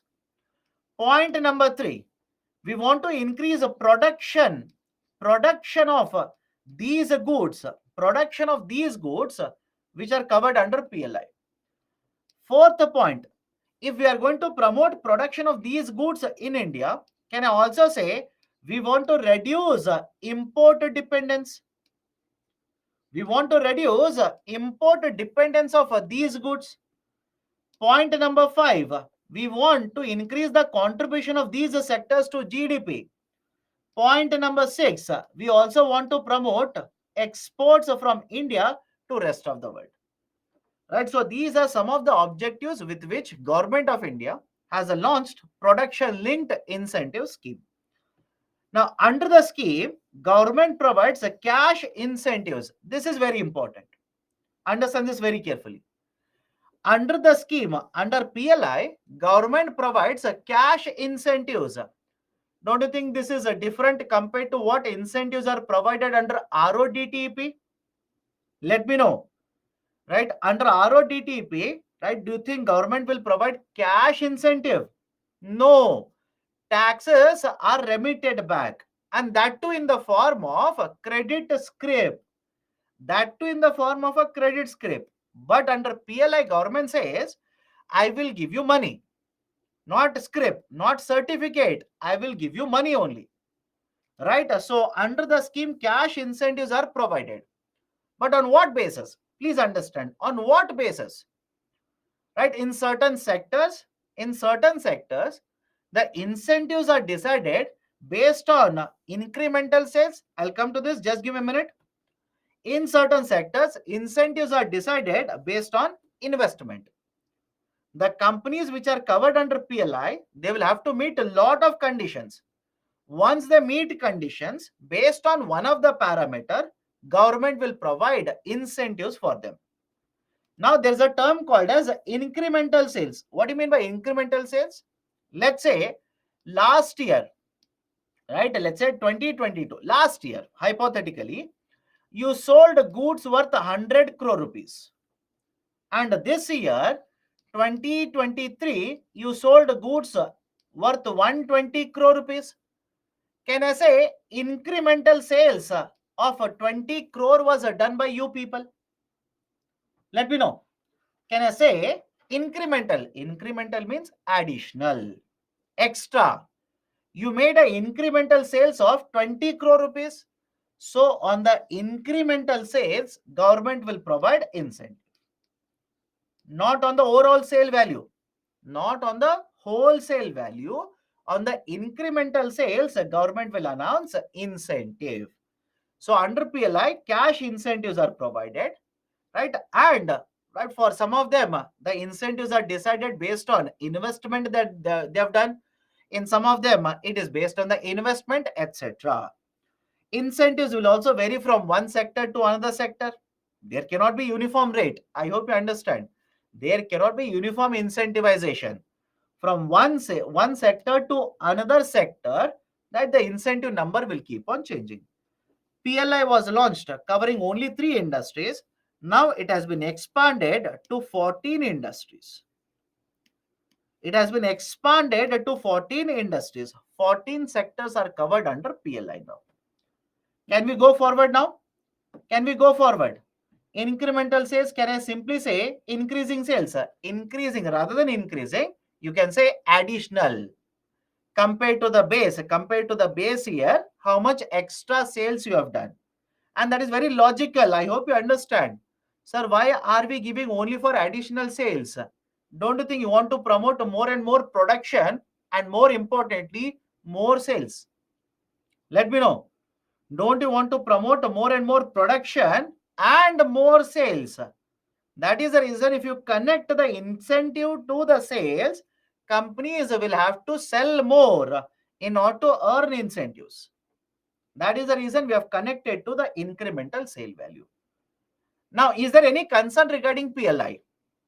Is there any problem regarding the concept of PLI? In fact, now please read after the session is over. And when I say now, don't start immediately. After today's session is over, please read these 2 articles. Where is that? Okay. Please read this article. How good is a scheme PLI? How good is the scheme of PLI? Second, read this. PLI incentives outgo could be less than 40,000 crore by financial year 25. Right, very important articles. Please read. Okay, now, right, if you look at the objectives, if you look at the scheme, it looks very nice. We want to promote investment. We want to create employment. We want to promote more and more exports. We want to reduce import dependence, etc., etc. Right, very good initiatives. Right, but what is the reality? Is everything so rosy, so good regarding this scheme? There are certain concerns. What are the concerns? What is the guarantee that the product will be manufactured in India and not assembled in India? Let me know. Right? What is the guarantee that the product is manufactured and not assembled in India? Do you understand the meaning of term assemble? For example, imagine you want to manufacture, right? Let's say this mobile phone. Simple example. Imagine you want to manufacture this mobile phone. What do you mean by manufacturing? You will manufacture the components here in India. You will put together the components again in India. Right? That is production, manufacturing happening in India. What do you mean by assembly? What do you mean by assembly? You will require, let's say, 10 components. You will require 10 components to manufacture or produce a mobile phone. You will import all these raw materials, or right, let's say intermediary goods from China. You will put up a plant in India. You will bring all the 10 right raw materials, put together. Now basically fit in right all these 10 components and say here is the mobile. So tell me, is there a scope of misuse in the PLI by not producing but assembling in India? All of you will agree? Rather than producing, they might simply assemble in India. And this is a criticism. This is the criticism. Many of the mobile manufacturers have faced this criticism, especially Chinese companies. Especially Chinese companies. Right? Mobile manufacturing is a success story in India. Right? You might have read about it. Mobile manufacturing is a success story in India. That is, couple of years ago, we used to import a lot of these mobile phones in India. But government of India says today, we are not importing, rather we are exporting mobile phones from India. That is because of PLI. But what is the criticism? Criticism is, are we actually manufacturing or are we actually assembling? If you assemble, that simply means it is defeating the whole purpose of PLI. Right? Point number 2, criticism. Point number 2, PLI targets manufacturing sectors. PLI targets manufacturing sectors. But don't you think PLI should also target service sectors? Some of the service sectors should also be covered under PLI.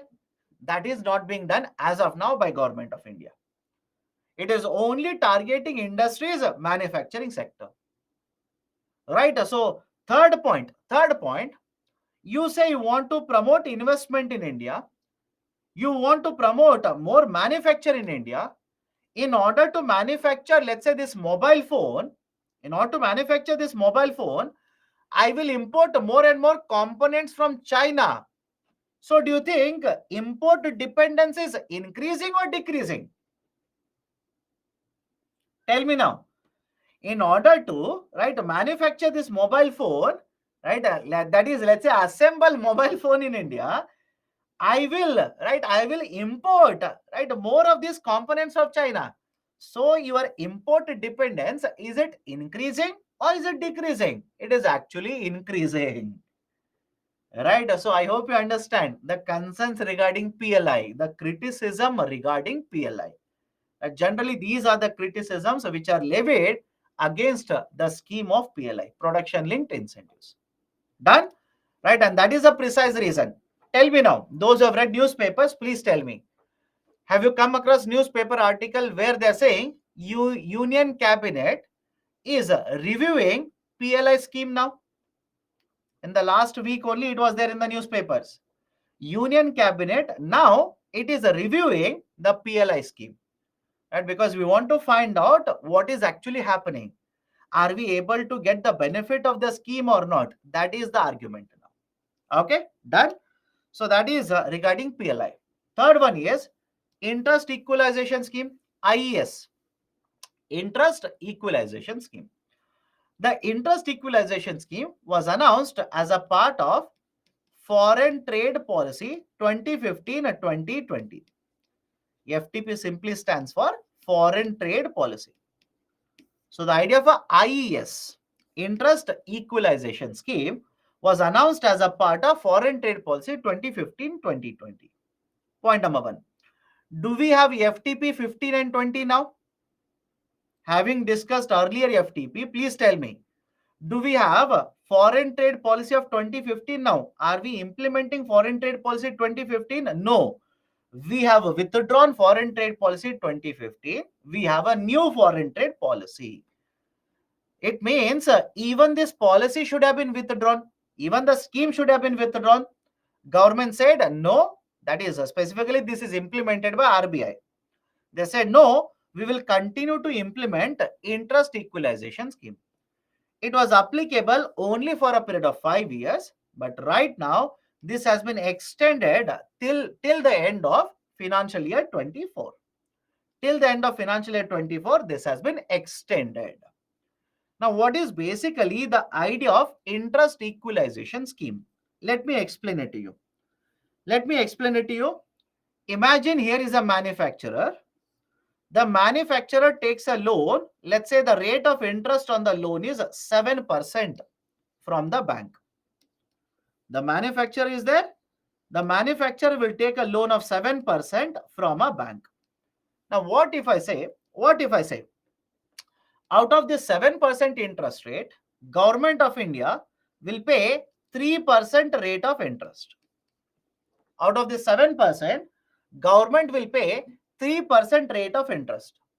As a result of this, now can I say effective rate of interest on the manufacturer automatically will come down to 4%? Any problem with this? Effective. How much is actually paid by this manufacturer? 4% rate of interest. And if the rate of interest will come down, what will happen to market price of this export? This is applicable for exporters. What will happen to the market price of this export? Market price of this export automatically will go down. Now can I simply say this will promote export competitiveness? Agreed? This will promote export competitiveness. This is interest equalization scheme. Interest equalization scheme. So have a look at this. Exporters would be provided with interest subsidy so that the interest burden will come down and export competitiveness will increase. Now, before I go forward, let me ask you two questions. How many of you think this kind of assistance should be provided to all the exports from India? Let me know. How many of you think that this kind of assistance should be provided to all the exports? Answer is no. Don't you think only those exports which require assistance we should be providing to those exports? Question number two. How many of you think this kind of assistance should be provided to all the exporters from India? Right? All the exporters should be provided with this assistance. Does it make sense to you? Is it fair? Think of it. Is it fair all the exporters? For example, sir, what do you mean by this? Imagine Tata company is exporting a product, right? Let's say this bottle. Same bottle is being exported by another small company. Do you think the subsidy, that is at the interest equalization, should be provided to both the companies? Is it fair? Answer is no. You should not provide it to all the exporters. You should not provide it to all the exports as well. Now, please look at the statement here. It is available for all the MSME. What is MSME? Micro, small, medium enterprise. I will write here micro, small, medium enterprises. Right? Medium, are baba. Medium enterprises. Okay, MSME. Now, you do not worry about definition of MSME. Please don't worry. We will discuss MSME later. Next week. Pakka will discuss. Don't worry. Right. So the interest equalization scheme, it is available for MSME exporters and right identified 416 identified products who are exporting. They will get this benefit of interest equalization scheme.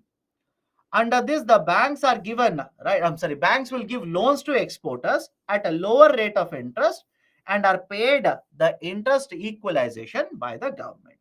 So that basically the burden of interest, not taxation, burden of interest on the exporters would be lower. So these are various reforms which have been implemented by the government in order to promote more and more exports from India to rest of the world. Now, is it all the types of reforms? Right? Does it consist of all the types of reforms? Of course, no. There is a reform by the name of one district to one product. We'll discuss that later. There is a reform by the name of Make in India. We'll discuss it later. Right? There is one more reform, Startup India. We'll discuss that later. There are many other reforms. Do not worry. But there is one important reform that we have covered right today, that is PLI. PLI is very often cited in the newspaper. Please be very, very careful. And so far, UPSC has not asked a single question on PLI.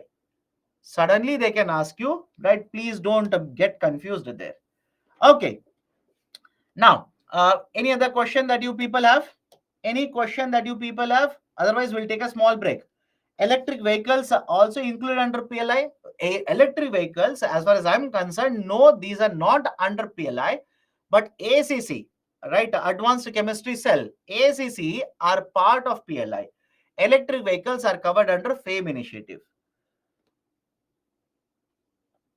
ASEAN is a CU or CM, right? ASEAN is basically a grouping. It is a grouping. I think it is a CU. I'm sorry, it is a CM. Anyways, check it. Customs Union or Common Market. I think it is a Customs Union. Okay. Can you please explain about PTA? PTA will cover only part of the trade. PTA will not cover substantial part of the trade. Right? It will not cover larger part of the trade between the countries. It will cover only part of the trade. Okay. Next. Sir, if any one of the country member against a DSP, so what might happen?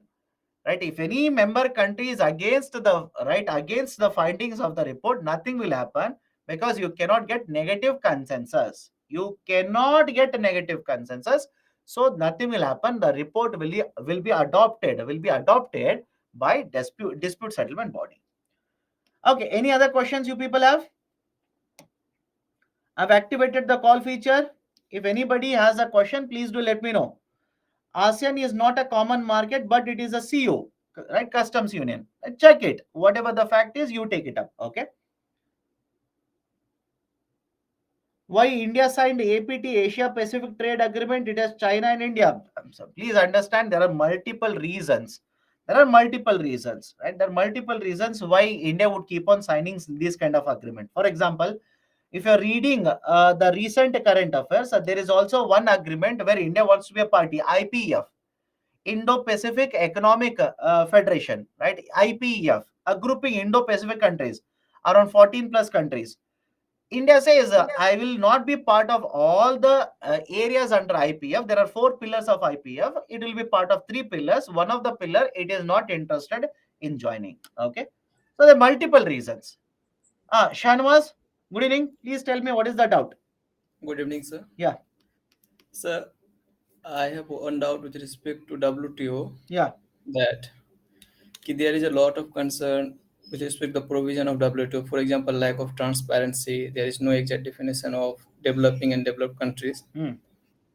And today, the world was facing climate issues also, Hmm. and WTO don't have any such type of provision with respect to trade and climate issues. Hmm.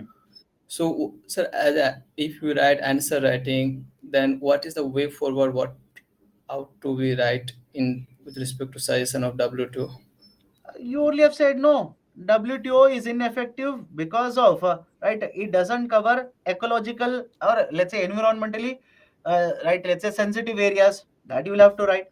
You can also write WTO basically because there is a requirement of consensus in the appellate body. Even if one member country opposes, then there is no appointment. Appellate body becomes ineffective. We'll have to find out an alternate solution to that. These are some of the recommendations. And sir, Uh, other question with respect to sir, okay, what if you have given one article of Fetch, Okay. okay, Huh. and in this article, sir, I'm not go to the point of economics. One side of economics says that the downgrade of sovereign credit rating of the US will act as a catalyst to boost of equity share market of India. How? No, it will not act as a boost. In fact, equity market in case of India has been affected. But sir, in this article, it is written, sir. It's okay. Don't worry. Don't If worry. The different experts will have their own viewpoint. You do not have to have the detailed idea about all of it. What has happened, you understand that. That's more than sufficient. okay, sir, The and sir, argument, I'll tell you what could have been the argument. If there is a downgrade of US sovereign market, automatically many of the foreign investors would be worried to invest in such a, let's say, again taking the downgrading into consideration, such a risky market. And as a result of this, they might invest in other emerging economies such as India. That could be the reason why they say, right, investment might flow into the equity market in other countries. okay, and sir, yesterday we have discussed about need and Okay. the formula of need Huh. having E by EI Huh. and exponential the Trade weightage of the weightage. trade. Huh. Okay, and so suppose that the trade relationship with US and our Hmm. is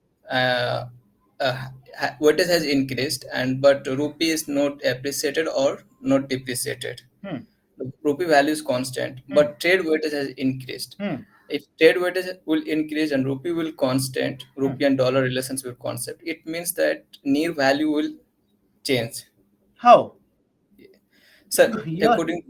according to that formula, no, if trade weightage, for example, $120 billion, Ah. and next year it will be suppose that $150 billion. Okay. Okay, that means and but rupee will constant.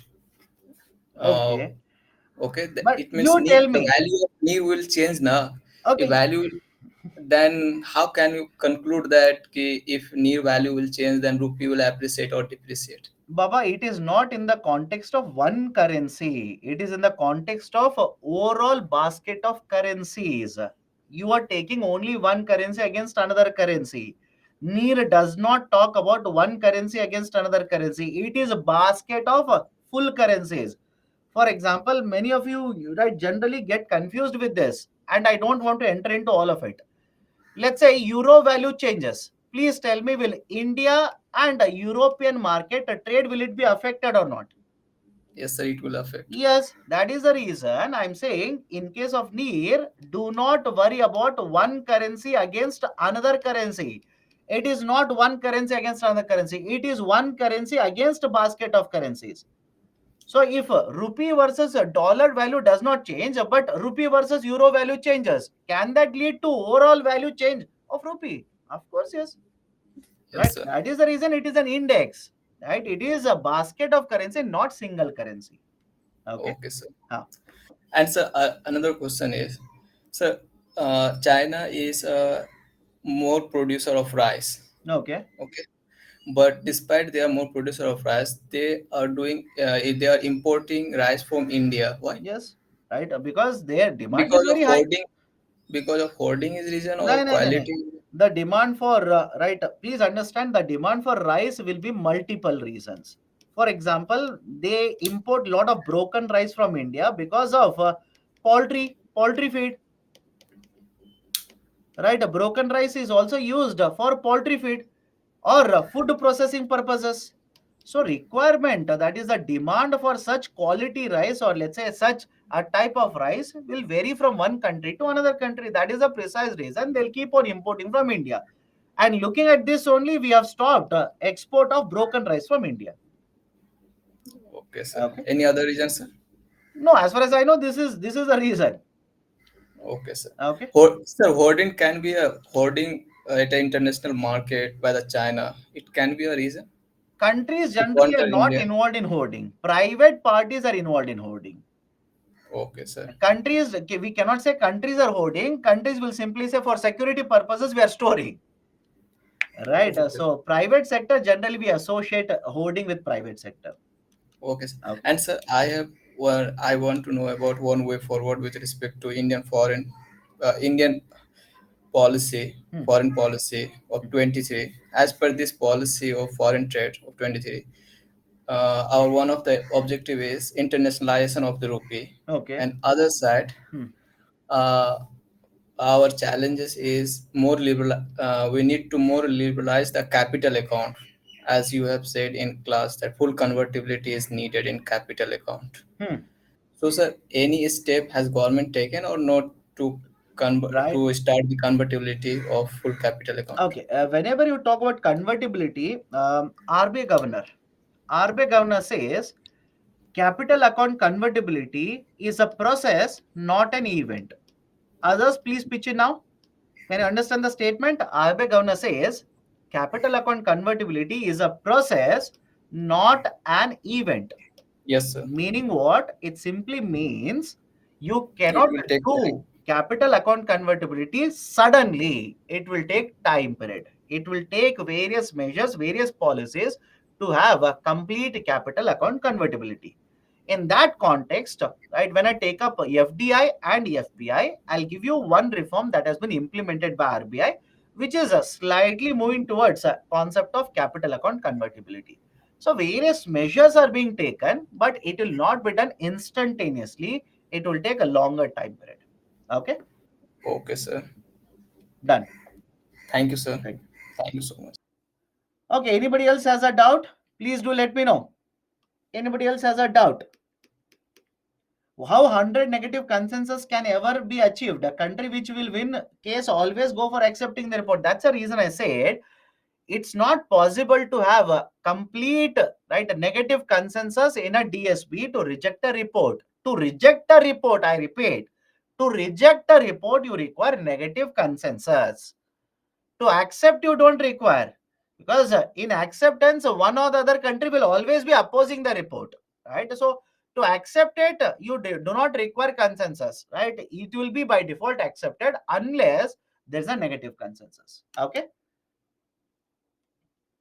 What if party B does not appeal in appellate body further after the issue of report by the panel, even if it is not in the favor? then would it be settled even if there are no more members in the appellate body? Yes, right? If nobody will take it to appellate body, then automatically it will be accepted by the dispute settlement body. But generally that will not happen. The other country will drag it to the appellate body. Otherwise what will happen is, the parties which are the countries which are party to the right dispute connected to current affairs, listen to me now.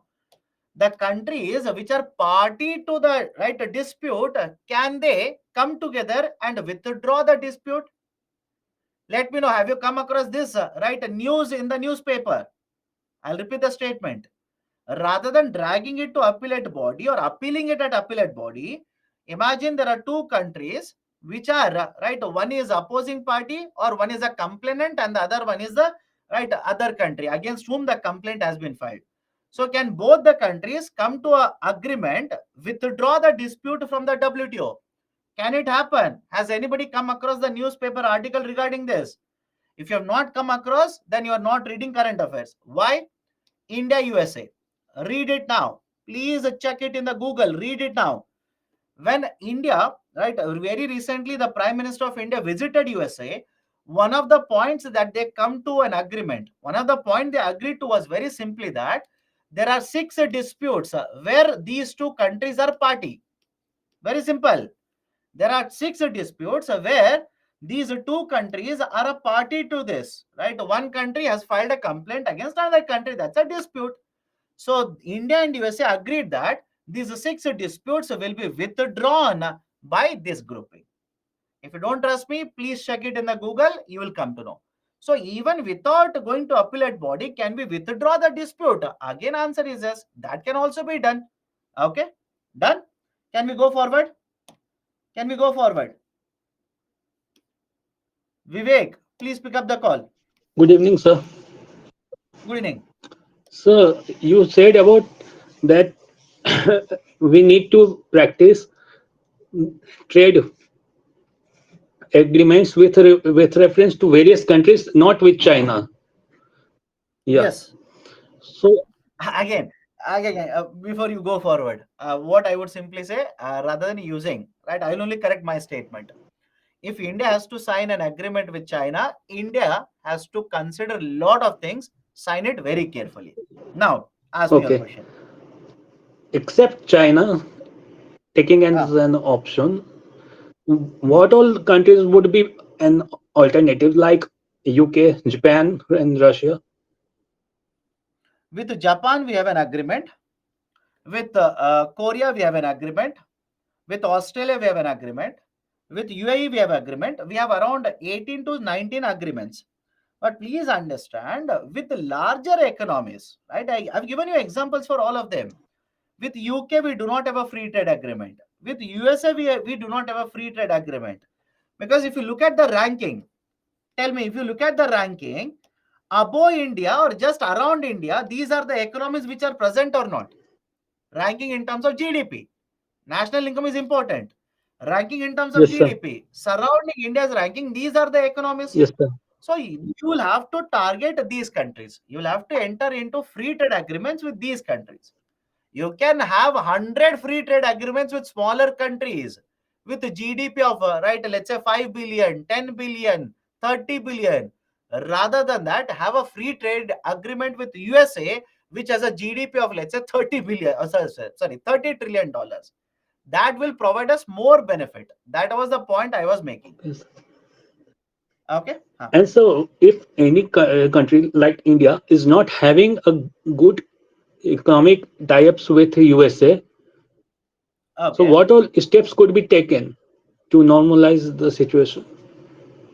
And you are only asking me, if there are no good dialogues, conduct a dialogue then. Conduct a dialogue, hold negotiations with them. That is the only way forward. Okay. And why China is always taken as a threat for Indian economy? Again, let's not get into the international security angle here. I would simply say, because we have a huge amount of a trade deficit, we should always be concerned about whenever you want to enter into agreement with economies such as China. And we'll have to be careful.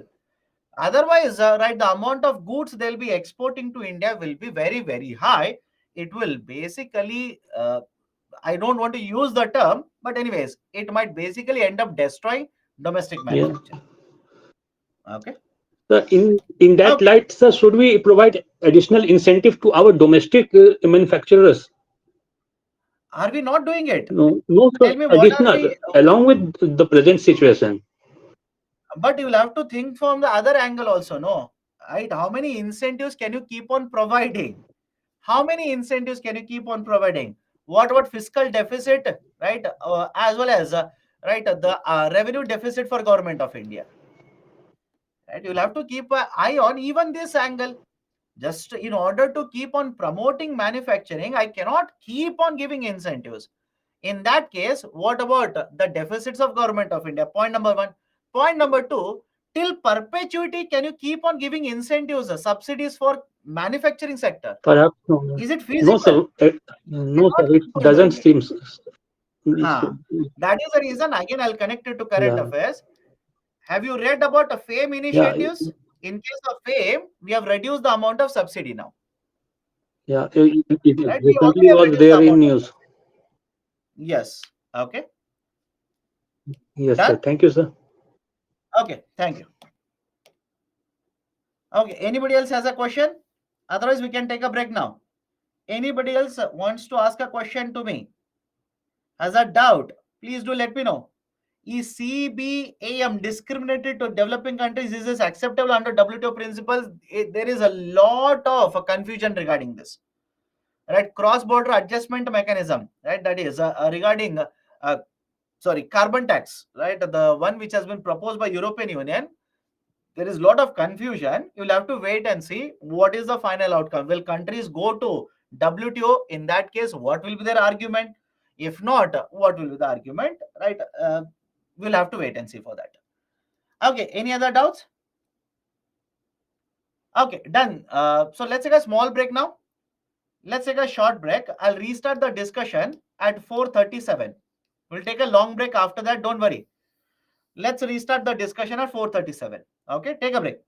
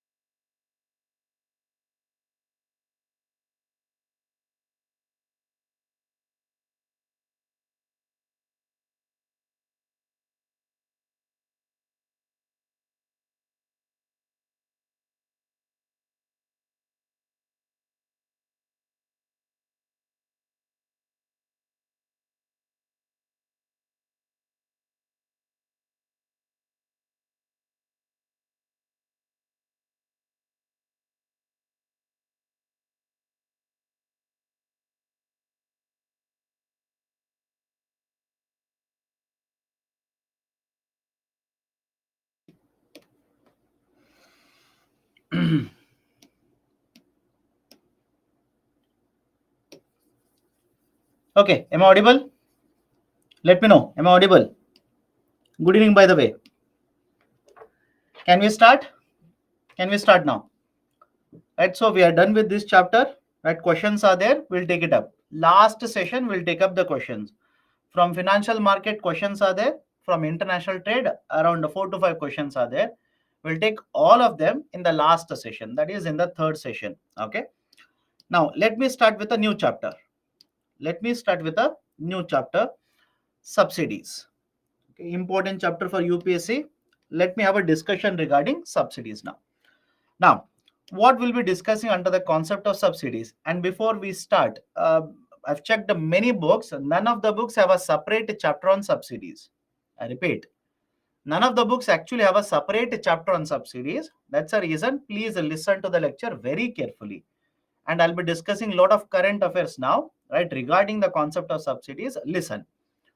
We'll discuss the definition and classification of subsidies. Then what are the types of subsidies? We'll discuss a direct benefit transfer. Then the concept of e-rupee. Very new concept, new way to transfer subsidies, e-rupee. Then we'll have a discussion WTO and subsidies. This is also very important. Very important. Now, let's start. What do you mean by subsidy? And when I use the term subsidy, what is the meaning of it? Subsidy basically refers to a benefit which can be provided in the form of a cash or in the form of kind. The subsidy can be provided in the form of cash or in the form of a kind by the government to the beneficiaries. Very simple definition. Subsidy means it is a benefit provided by the government to the beneficiary. Now, the benefit can be in the form of a cash or benefit can be in the form of a kind. Now, what do you mean by kind here? Let me give a very simple example. All of you have read about NFSA. Have you people come across NFSA in the newspapers? National Food Security Act. Do people, right? Have you come across NFSA? Please do let me know. And if you say no, sir, under National Food Security Act, government will provide 5 kgs of food grains free of cost. 5 kgs of food grains are free of cost. That is basically National Food Security Act. And next week, we'll have a detailed discussion about NFSA. Please don't worry. Under agriculture, we'll cover completely about NFSA. Now, please look at it. I'll give you 2 examples. One scheme is NFSA. Another scheme is Pradhan Mantri Kisan Samman Nidhi, PM Kisan scheme, under which government will provide 6,000 rupees per year per farmer. 6,000 rupees per year per farmer. Now, can I say PM Kisan is a scheme, that is a subsidy, where government will provide subsidies in the form of a cash? All of you agree? PM Kisan is a subsidy scheme where government will provide a subsidies in the form of a cash. Whereas National Food Security Act is a type of a subsidy where government will provide the subsidies not in the form of a cash, in the form of a kind. That is non-cash subsidy in the form of a kind. Anybody has a problem? Please do let me know. Subsidies can be provided in the form of a cash, can also be provided in the form of a kind, right? But it is basically an expenditure assistance provided by government of India, right? It can be from the government of India, it can be from the state governments as well. What is the requirement of subsidy? Why do we generally provide the subsidies? It will improve the production process by having access to better inputs. For example, I'll give you certain subsidies. Please tell me. Subsidies for purchasing of electric vehicles, subsidies for food grains, subsidies for fertilizers, etc. Fertilizers, subsidies for farmers under PM Kisan, subsidies for LPG. These are some of the favorite subsidies, favorite types of subsidies. I'll go one by one. Please tell me. We will provide the subsidies so that better inputs can be used in the production process. Second, We will provide subsidies. We want to achieve social objective. What is social objective? Reduce poverty in India. Ensure poor people will have sufficient food grains for consumption. Ensure pollution will be reduced. Ensure people will use LPG and not burn wood in the houses. Is it not to achieve social objective? Third one, we will provide subsidies in order to control prices of the goods or services in the market. Otherwise, the market prices would be very, very high beyond the reach of the beneficiaries. For example, electric vehicles. Why do you think government provides a subsidy for electric vehicles? Otherwise, the cost of the electric vehicles will be very high. Many of us will not be able to purchase it. Why do you think government will provide LPG subsidies? Otherwise, the cost of LPG cylinder will be very high. Poor people will not be able to purchase LPG cylinders.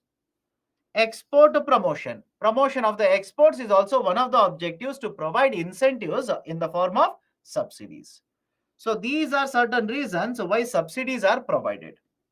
Having said so, what is the criticism? What is the issue with subsidies? Point number one. If the government will provide more and more subsidies, can I say revenue deficit of the government will increase, also the fiscal deficit. All of you will agree? If government will provide more and more subsidies, RD will increase, so is FD. Second, should you provide subsidies for everybody, or should we find out who requires subsidies, provide subsidies only for them? Think of it. I'll give you a very simple example. Very simple example. Earlier, LPG subsidies were provided for all the houses in India.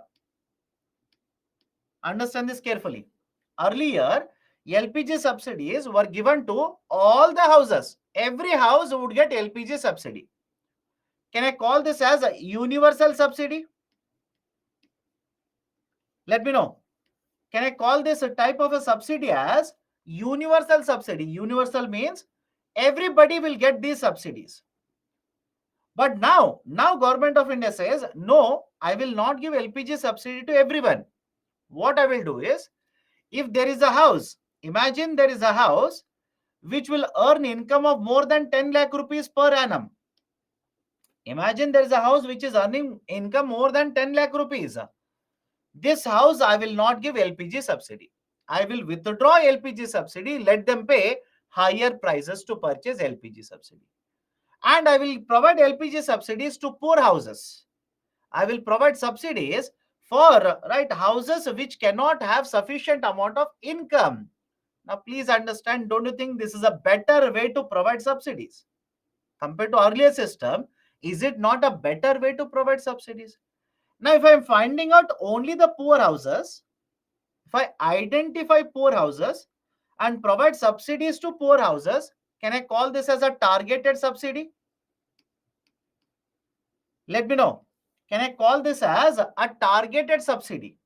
I'm not giving to everybody. I'm identifying only the poor houses and I will give subsidies only for the poor houses. Can I call this as a targeted subsidy? So now tell me, based on this, which one do you think is better? Universal subsidies or targeted subsidies? Right? Basically, targeted subsidies are better.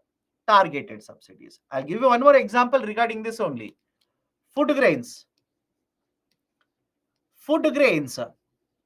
Right now, please tell me, does it make sense for the government or for you people to provide a 5 kgs of food grains free of a cost for everybody in India? Think of it. Does it make sense for you to provide 5 kgs of food grains free of a cost for everybody in India? Why? Why do you want to give? Right? Don't say, sir, under Article 14 this, under Article 15 this. Don't do that. Do you think Mr. Mukesh Ambani requires a 5 kgs of food grains from the government? Tell me. Mr. Ratan Tata requires a 5 kgs of food grains free of a cost from the government? Of course, no. Right? Don't you think you will have to identify certain people out of total population in India?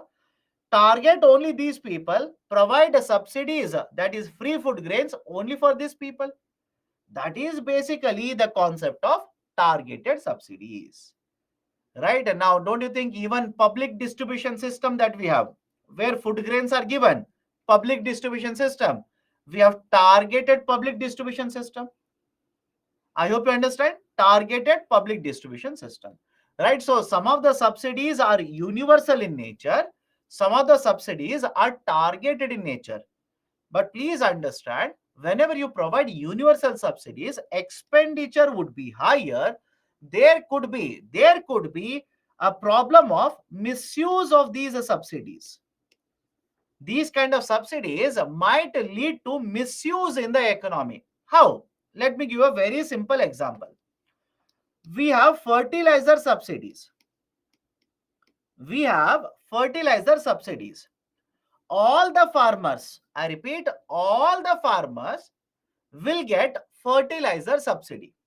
All the farmers in India get fertilizer subsidy. That is, let's say, for a bag of urea, actual cost of urea for a bag, imagine it is 2000 rupees. Imagine it is 2000. Government will provide subsidy for a bag of urea, and the farmer will be able to purchase this bag of urea at around 270 rupees in the market, which means this urea bag, either purchased by the rich farmer, poor farmer, doesn't matter, everybody gets a subsidy. Universal. For farmers, fertilizer subsidy is universal. Do you think this is an appropriate way to give subsidies? Think of it. Do you think this is appropriate way to provide subsidies for farmers? Many of the experts say no. Do not provide farmers, for every farmer, do not provide fertilizer subsidy. Why? If a farmer has, let's say, 20 hectares of land, should the farmer get a fertilizer subsidy? If the farmer has 1 hectare of a land, don't you think this farmer should be provided fertilizer subsidy? If the farmer has, right, a house, right, which is worth, let's say, 50 lakh rupees in rural India, should this farmer be given fertilizer subsidy? So I hope you understand. There are problems. Now question is, sir, if they give subsidy, what is the problem? What is the problem? Let them give subsidy. I'll give a very simple idea here. Understand this. If all the farmers are given subsidies for all the fertilizers, don't you think subsidy burden for government of India first and foremost will be higher? Any problem with this? Subsidy burden will be higher. Point number one. Point number two, if you keep on consuming more and more of urea is nothing but ammonia, nitrogen. Urea is nothing but nitrogenous base. Right? Don't you think if nitrogenous base fertilizer is available at a very cheaper price in the market, farmers will purchase more and more urea from the market? When they use more and more urea, lot of nitrogen, because of, let's say, rainfall, flow of water, etc., can it flow from the land, that is cultivable land, into ponds? Tell me now. I'm taking you to ecology and environment. High school, college now. If nitrogen is very high in the soil because of rainfall, can it basically flow into a pond? Right? Can it get accumulated in the pond?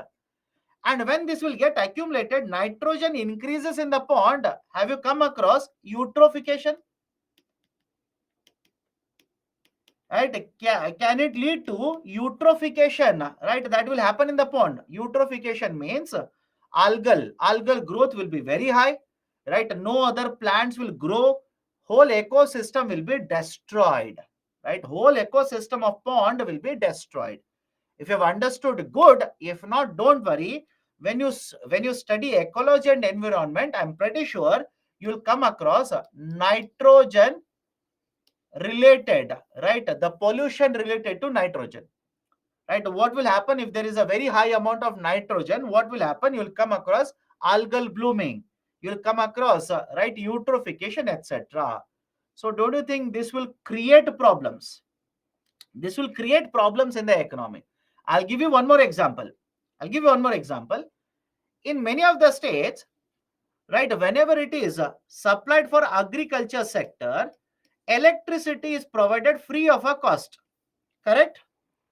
Let me know. In many of the states, for example, Telangana, for example, some of the some of the northern states, right, Punjab, etc. In many of the states, when electricity is provided free of a cost to agriculture sector, what do you think is the outcome? If electricity is free of a cost, do you think farmer will be using the electricity very efficiently? No, farmer will not be worried about efficiency. They will, right, basically install water pumps. They will, right, drive. They will suck out water from the underground and keep on using, right, this electricity, supply water throughout the field. Please tell me, is it not abuse? As a result of this, what will happen to water table? What will happen to water levels within underground? All of them will keep on falling. So I hope you understand. I hope you have understood, right, why subsidies always are not good like this. So we need to target subsidies. That is one problem. It doesn't allow for proper utilization of resources. Just now I've told you about nitrogen. Just now I've told you about the problem with free electricity in the agriculture sector. Will create a lot of inefficiencies in the market. Will create a lot of inefficiencies, right? In some of the region, right, water level is already low. Farmer will install the pump, drive out, suck out more and more water. As a result of this, water availability will fall down, right? In some other region, water will not be available. It will affect the production, it will affect the supply. So these are some of the criticisms regarding usage of subsidies in the economy. So we have both the arguments. Subsidies are needed. Subsidies are, right, there is also concern regarding that. Now let me enter into certain classification of subsidies. Understand the classification very carefully. We'll go point by point. Understand the classification very carefully, and do not try to become a PhD holder here. Government, any of the books, they have not given this. Government uses these terminologies here and there. That is the only reason I've given this classification. In fact, the Government of India's documents generally use this kind of a classification. Input subsidy, price subsidy, etc. They use these kind of classification. I'll come to this as well. Now let me start. Direct subsidy, indirect subsidy, universal, targeted, conditional, unconditional, and finally implicit and explicit. Implicit and explicit. Now let's start. Direct and indirect subsidy. I've given an example here, LPG subsidy. Here is a distributor. Distributor means you will purchase a Indian cylinder. You will purchase cylinder from HP. These are nothing but distributors. Okay. So, right, understand this. Direct and indirect. Earlier, what used to happen? We had indirect subsidies in case of LPG. Earlier, we had indirect subsidies in case of LPG. How indirect subsidies are provided? Follow this very carefully. Customer will book the cylinder. Let's say, I'll take a simple number so that you understand it. Let's say actual cost of a cylinder, that is 14.2 kgs cylinder, actual cost is 1000 rupee. Actual cost is 1000 rupee. Now, government would simply tell the distributor, do not sell the cylinder at 1000 rupee to the customer. Please sell the cylinder at 400 rupee. Sell the cylinder to the customer at 400. Now, remaining 600 rupees was provided by the government to the distributor. Right? Can you understand the system here? Any difficulty? Actual cost of the product is 1000 rupee. The product will be provided, either good or a service. It will be provided to the beneficiary at a lower subsidized price, because the government will provide subsidies for the good or a service provider. This is how indirect subsidies will actually work out. Now, there are problems related to indirect subsidies. Lot of problems. What is the problem? Point number one. In case of indirect subsidy, please tell me, can Government of India come to know who is the actual consumer of LPG cylinder? Look at the example and please tell me, can Government of India come to know who is actually consuming the cylinder? Answer is no. Government of India doesn't know because the data is there with the distributor. Point number two. Can this distributor, rather than selling the cylinder to a house, can they sell this cylinder to a hotel? Can it happen? Let me know. Can there be a diversion? Of course, yes. Why? Please understand. Whenever the cylinder is used for the domestic purposes, for houses, domestic purposes, the prices are very lesser. The weight of the cylinder is around 14 kgs. Around 14. Exact is around 14.2 kgs. But whereas the cylinder that will be used for commercial purposes, the weightage is around 19 kgs, but the prices are very, very high because subsidies are not provided. Subsidies are not provided by the government because it is for commercial purpose. So now, don't you think the distributor will take the subsidy from the government, rather than giving the cylinder for the house, he will divert it. He will deviate the consumption, sell it to a restaurant or a hotel. So don't you think this is a diversion leading to higher subsidies for the government, but beneficiaries will not get the cylinder? So these were the problems. These were the problems. Government of India said, I don't know who is the beneficiary. I don't know whether the cylinder is going to the beneficiary. For a fact, I know my expenditure under subsidies is very, very high. So what did we do? We shifted from indirect subsidies to direct subsidies. We shifted from indirect subsidies to direct subsidies. Now look at what will happen under the direct subsidies. The customer will book the cylinder. The cylinder will come to the customer. Customer will pay 1000 rupees now. Later, Government of India will transfer 600 rupees into the bank account of the customer. Very simple.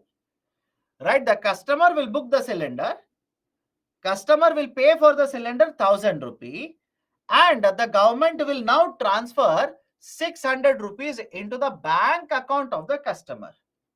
Now, please tell me, the customer is paying the same amount or no? Effectively, that is important. Between direct and indirect, please let me know, is the customer paying the same amount or a different amount? Customer will pay the same amount. Point number two. Now, can Government of India come to know who is the beneficiary of LPG subsidy? In direct subsidies, can Government of India come to know who is the beneficiary getting the subsidy? Of course, yes. Within this, can we target beneficiaries now? No government to put tax on this. My dear, I'm talking about subsidies, you're talking about taxes. What is the logic? I'm talking about subsidies, you're talking about taxes. Right? Government is able to find out who is the beneficiary. Answer is yes. And if the beneficiary is a very rich person, can Government of India say, I will not give you subsidy, pay 1000 rupees from your pocket? I will not give you subsidy, pay 1000 rupees from your pocket. Can this happen? Answer is yes. Compared to earlier system, right? Is there a scope of diversion now? Is there a scope of leakage now? If the distributor will sell it to a hotel, government will not give subsidy for the hotel. That's it. Right? So now don't you think, compared to indirect subsidies, direct subsidy regime is much better? All of you agree with me? Compared to indirect subsidy regime, direct subsidies are much, much better. Direct subsidies will involve actual cash payment directly to the beneficiary. Right? We will directly make a payment, that is, subsidies are given to beneficiaries. Whereas indirect subsidies, it will involve providing the goods or services at subsidized prices because the subsidy is already provided by the government to the supplier, right? So one, direct and indirect. Okay, direct and indirect. But having said so, in case of LPG subsidy, there are a lot of criticisms. I'll tell you the other side also. Lot of criticisms. What is the criticism? In case of LPG, we have a scheme by the name of direct benefit transfer in LPG. Understand this very carefully. In case of LPG, we have a scheme by the name of direct benefit transfer in LPG. This is also known by a Hindi name, right? The Hindi name for this is PAHAL scheme. PAHAL, Pratyakshadashi Hastantarit Labh. PAHAL stands for Pratyakshadashi Hastantarit Labh. So we have a DBTL, or else the name of the scheme is PAHAL scheme. Under PAHAL scheme, please remember, you will get subsidies for 12 cylinders. You will get subsidies for 12 cylinders. Please tell me, do you think houses in India require 12 subsidized cylinders? Look at your own home. Let me know. Look at your own home and please do let me know. Do you require 12 cylinders in a year? Some of you are saying yes. My dear, on an average, the average size of the household is 5 people. On an average, the household size is 5 people. And Government of India's survey says that the houses in India, maximum, they will require around 6 cylinders. Maximum. They will require around 6 cylinders. And if you have a household of, let's say, 5 people, you will maximum require around 4 to 5 cylinders. That's it. Right? Around 4 to 5 people. Now, again, please understand my argument. I'm taking an average size of 5 people. I hope you understand. I'm talking about average size of 5 people. Right, sir, in my house, 40 people are there. Sir, we are a joint family of 20 people. Of course, if the number of people is higher, requirement will be higher. But, right, do you think every house in India has 15 people? I hope you understand. Do you think every house in India has 15 people? No. Some of the houses might have 15 people. Some other house will have only 2 people. Can't you see extreme variations also? Of course, yes. So average is important. I hope you understand. Average is important. So that is the reason we will give subsidies for 12 cylinders. Not required. Why? There can be misuse here also. Right? Imagine I'm owning a house. I'm also owning a hotel. I have a house. I also have a hotel. So can there be a scope of misuse of LPG subsidy even when 12 cylinders are provided? Answer is yes. Right? Answer is yes. Okay. So direct and indirect. Come to the next one. Universal targeted. Already we have covered this. What is universal? The subsidies is available to everyone. Everybody can get the subsidy. For example, fertilizer subsidy. All the farmers can get it. Even if you go to the market and purchase fertilizer, you will also get fertilizer subsidy. Targeted means no, we will not give it to everybody. We will identify the only beneficiaries who will require subsidies. I hope you understand. Right? For targeted subsidies, we will not give the subsidies to everyone.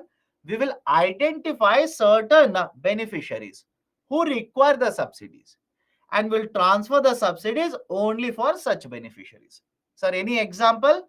Right, we have targeted public distribution system in India. Right, for LPG, we are targeting beneficiaries now. That's a basic idea. Universal and targeted. Come to the third one, conditional, unconditional. Conditional, unconditional. Let me give a very simple example. PM Kisan Initiative. PM Kisan Initiative. Pradhan Mantri Kisan Samman Nidhi. Farmer will get 6,000 rupees per year. Annually, the farmer will get 6,000 rupees. So now tell me, is there any condition regarding the performance or the usage attached to this 6,000 rupee? Let me know. I'll repeat the statement here. farmer will get 6,000 rupee annually, right? In fact, 2,000, 2,000, 2,000. They will get in 3 installment. But is there any condition attached to 6,000 rupee that is regarding performance of the farmer, regarding production done by the farmer? Absolutely no. Can I call this as unconditional? Conditional means, have a look at this.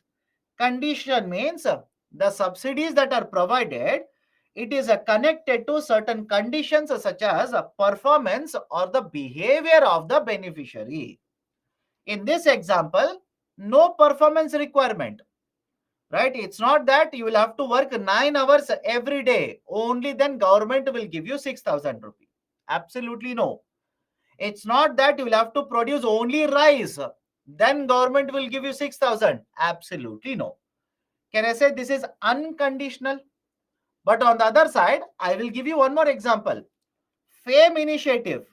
We have discussed this earlier also. FAME initiative. Read the newspapers. Can I say government of India has connected one condition regarding FAME initiative? What is a connection? What is a condition? The company will have to purchase 50% of the components from the Indian market. The electric vehicle manufacturer, they will have to source 50% of the components, 50% of the value addition has to be done from the domestic market. Now, if you meet that 50% condition, only then government will give you subsidy. If you do not meet that 50% condition, will government give you the subsidies? Let me know. If you do not meet that 50% criteria, domestic sourcing criteria under FAME initiative, will government give you subsidies? Absolutely no. They will not give you. In fact, this is there in the current affairs. Please read it. What is there in the current affairs? There is an allegation. There is an allegation by Government of India, that is specifically Ministry of Heavy Industries, because FAME is being implemented by MHI, Ministry of Heavy Industries. The allegation is that many companies, they have misled Government of India. They have not met the requirement of 50%. They have simply submitted documents and they have taken subsidies under FAME. Now government says, prove me, show me what is the proof to show that you have met 50% requirement. If you cannot prove it, please give me the subsidies back. It is there in the newspapers. Check it. Government says, that is Ministry of Heavy Industries, has sent notice to many of the companies saying that you have not met the condition, but you have taken the subsidies. Now prove me that you have met the conditions, otherwise give the subsidies back to me. So I hope you understand what you mean by conditional subsidies and unconditional subsidies. Any difficulty here? In fact, I'll give you one more example. There is a scheme by Government of India, Pradhan Mantri Matrutva Yojana. Under that, government will give you certain amount of money if you are a pregnant and lactating woman. If you are a pregnant and lactating woman, certain amount of money will be given to them. But there is a condition. There is a condition. What kind of condition? You will have to get your birth of the child registered. You'll have to get the registration of the birth done. Otherwise, I will not give you subsidy. You will have to go to hospital, right? Get the delivery done only in the hospitals. Institutional delivery. Only then subsidies will be given to you. You will have to ensure that the child gets vaccinated. Otherwise, I will not give you subsidies. Can I call these kind of subsidies as conditional subsidies? Right. So third one is conditional and unconditional. Fourth one, slightly tricky. Follow the discussion. Slightly tricky. Implicit and explicit. For example, let me start with example here. PM Kisan Yojana. PM Kisan Yojana. Please tell me, this subsidy scheme, it is for whom?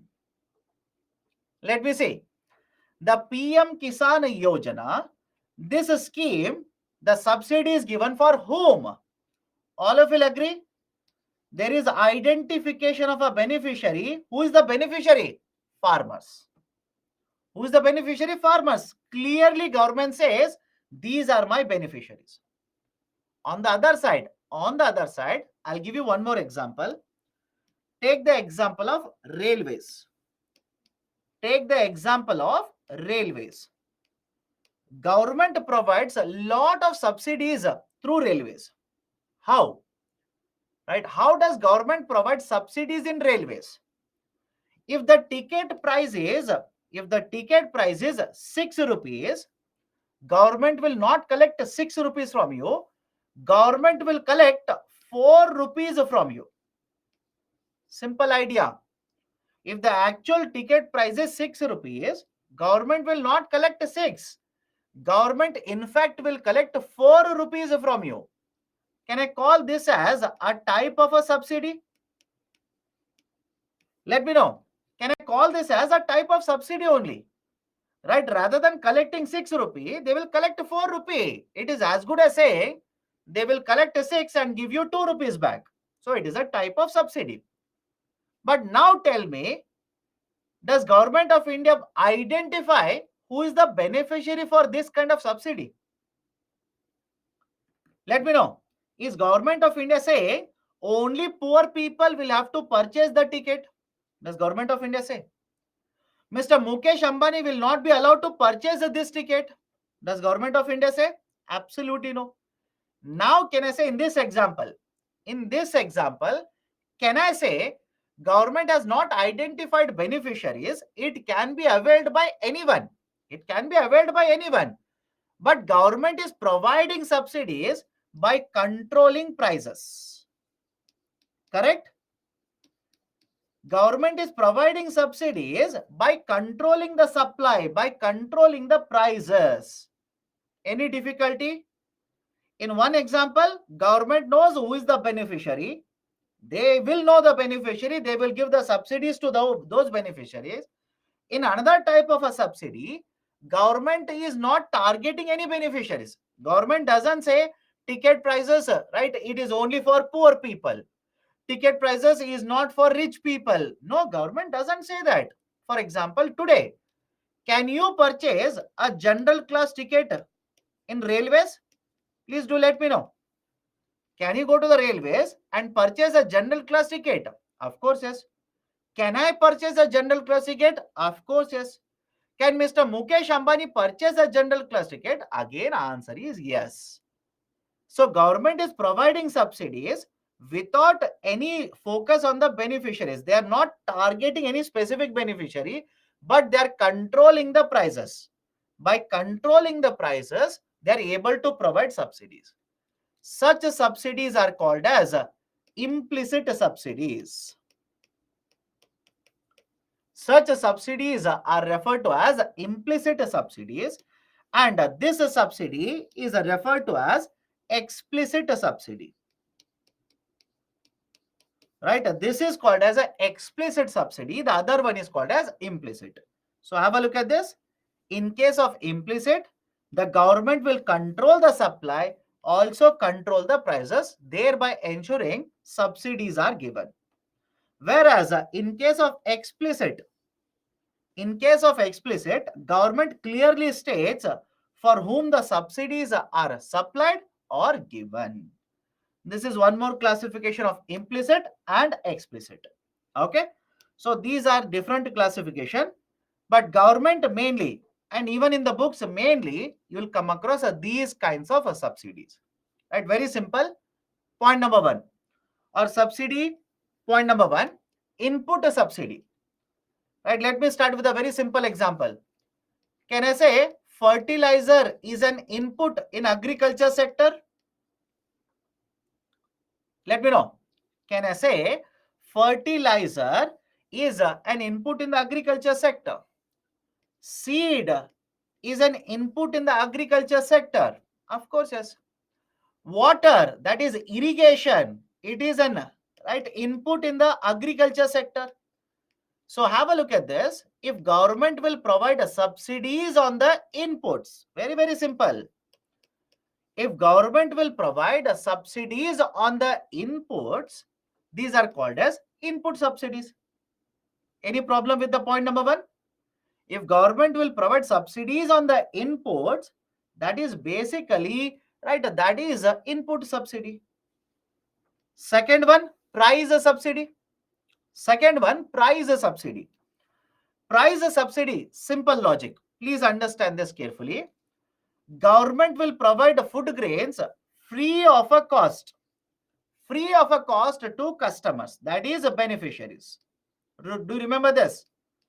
Under public distribution system now, that is NFSA, government provides food grains free of a cost. But don't you think government to provide food grains will have to pay money and purchase food grains from somebody else in the market? Let me know. Does it make sense to you or not? Imagine you're the government, you will give me 1 kg of rice. But to give me 1 kg of rice, you will have to purchase the rice from somebody else. Will you not pay the money when you purchase? Of course, yes. So when you purchase, right, the food grain, you will pay money. But when you sell it to me, you will sell it at 0 rupees. What is the difference? That is called as price subsidy. Simple.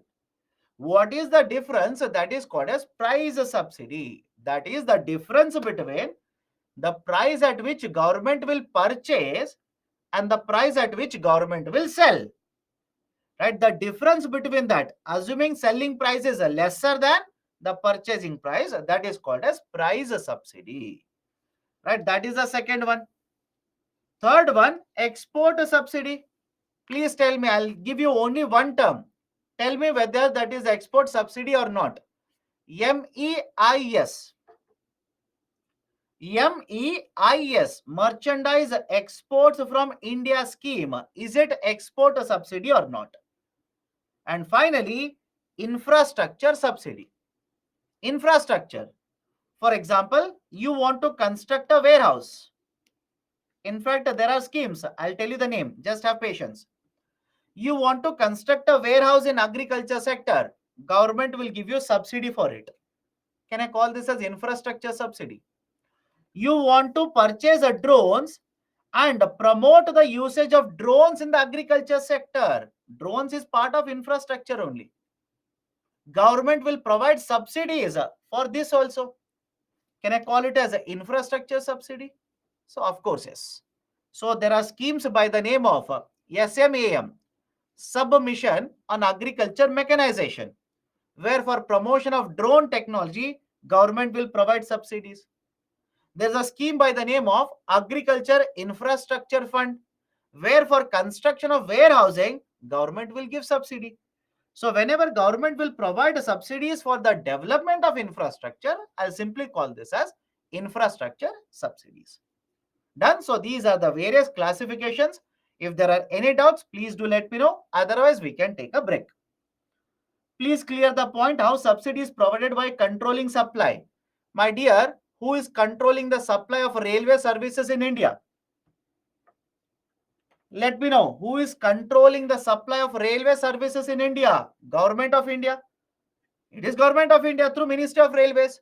So don't you think through controlling the supply as well as the determining the prices of railway tickets, government is providing implicit subsidy. Okay.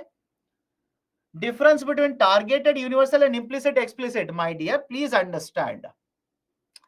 Targeted subsidy, I've given an example. Targeted public distribution system, it is a targeted subsidy. Now, simple question to you people. In targeted public distribution system, don't you think Government of India clearly says who is the beneficiary? Think of it. Is Government of India controlling supply of food grains? Is Government of India deciding the prices, etc.? Of course, yes. Right? I hope you understand. Of course, yes. Right? So, targeted public distribution system, who is the beneficiary? Government of India clearly says, I'll call this as explicit subsidy. I will call this as explicit subsidy. Whereas in case of railways, right, railways, tell me, if a general class ticket, there is a subsidy on the general class ticket, does Government of India say, define Who should travel in general class? Let me know. Right? In general class ticket, if there is a subsidy available, does government of India say who should travel in the general class? Of course, no. That is implicit. Anybody can get it. Implicit. Okay. Okay. Input and price subsidy. My dear, input on fertilizer, government will give you subsidy. Seeds, government will give subsidy on seeds.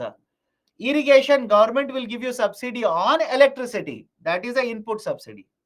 Price subsidy is the difference between at what price government has purchased, at what price government has sold. Very simple. At what price government has purchased, at what price government has sold. The difference between that is called as price subsidy. Okay. Done. Any other question? FCS stands for Food Corporation of India. FCS stands for Food Corporation of India. Please show the slide with the points to be covered. Arey Baba, I'm showing the same slide only. Any other concern? Any other issue? Otherwise, we can take a break now.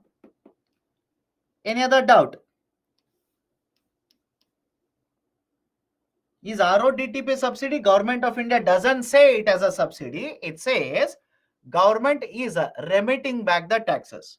As of now, government of India doesn't count it as a part of subsidy because it has collected taxes, embedded taxes, it is returning that. That's it.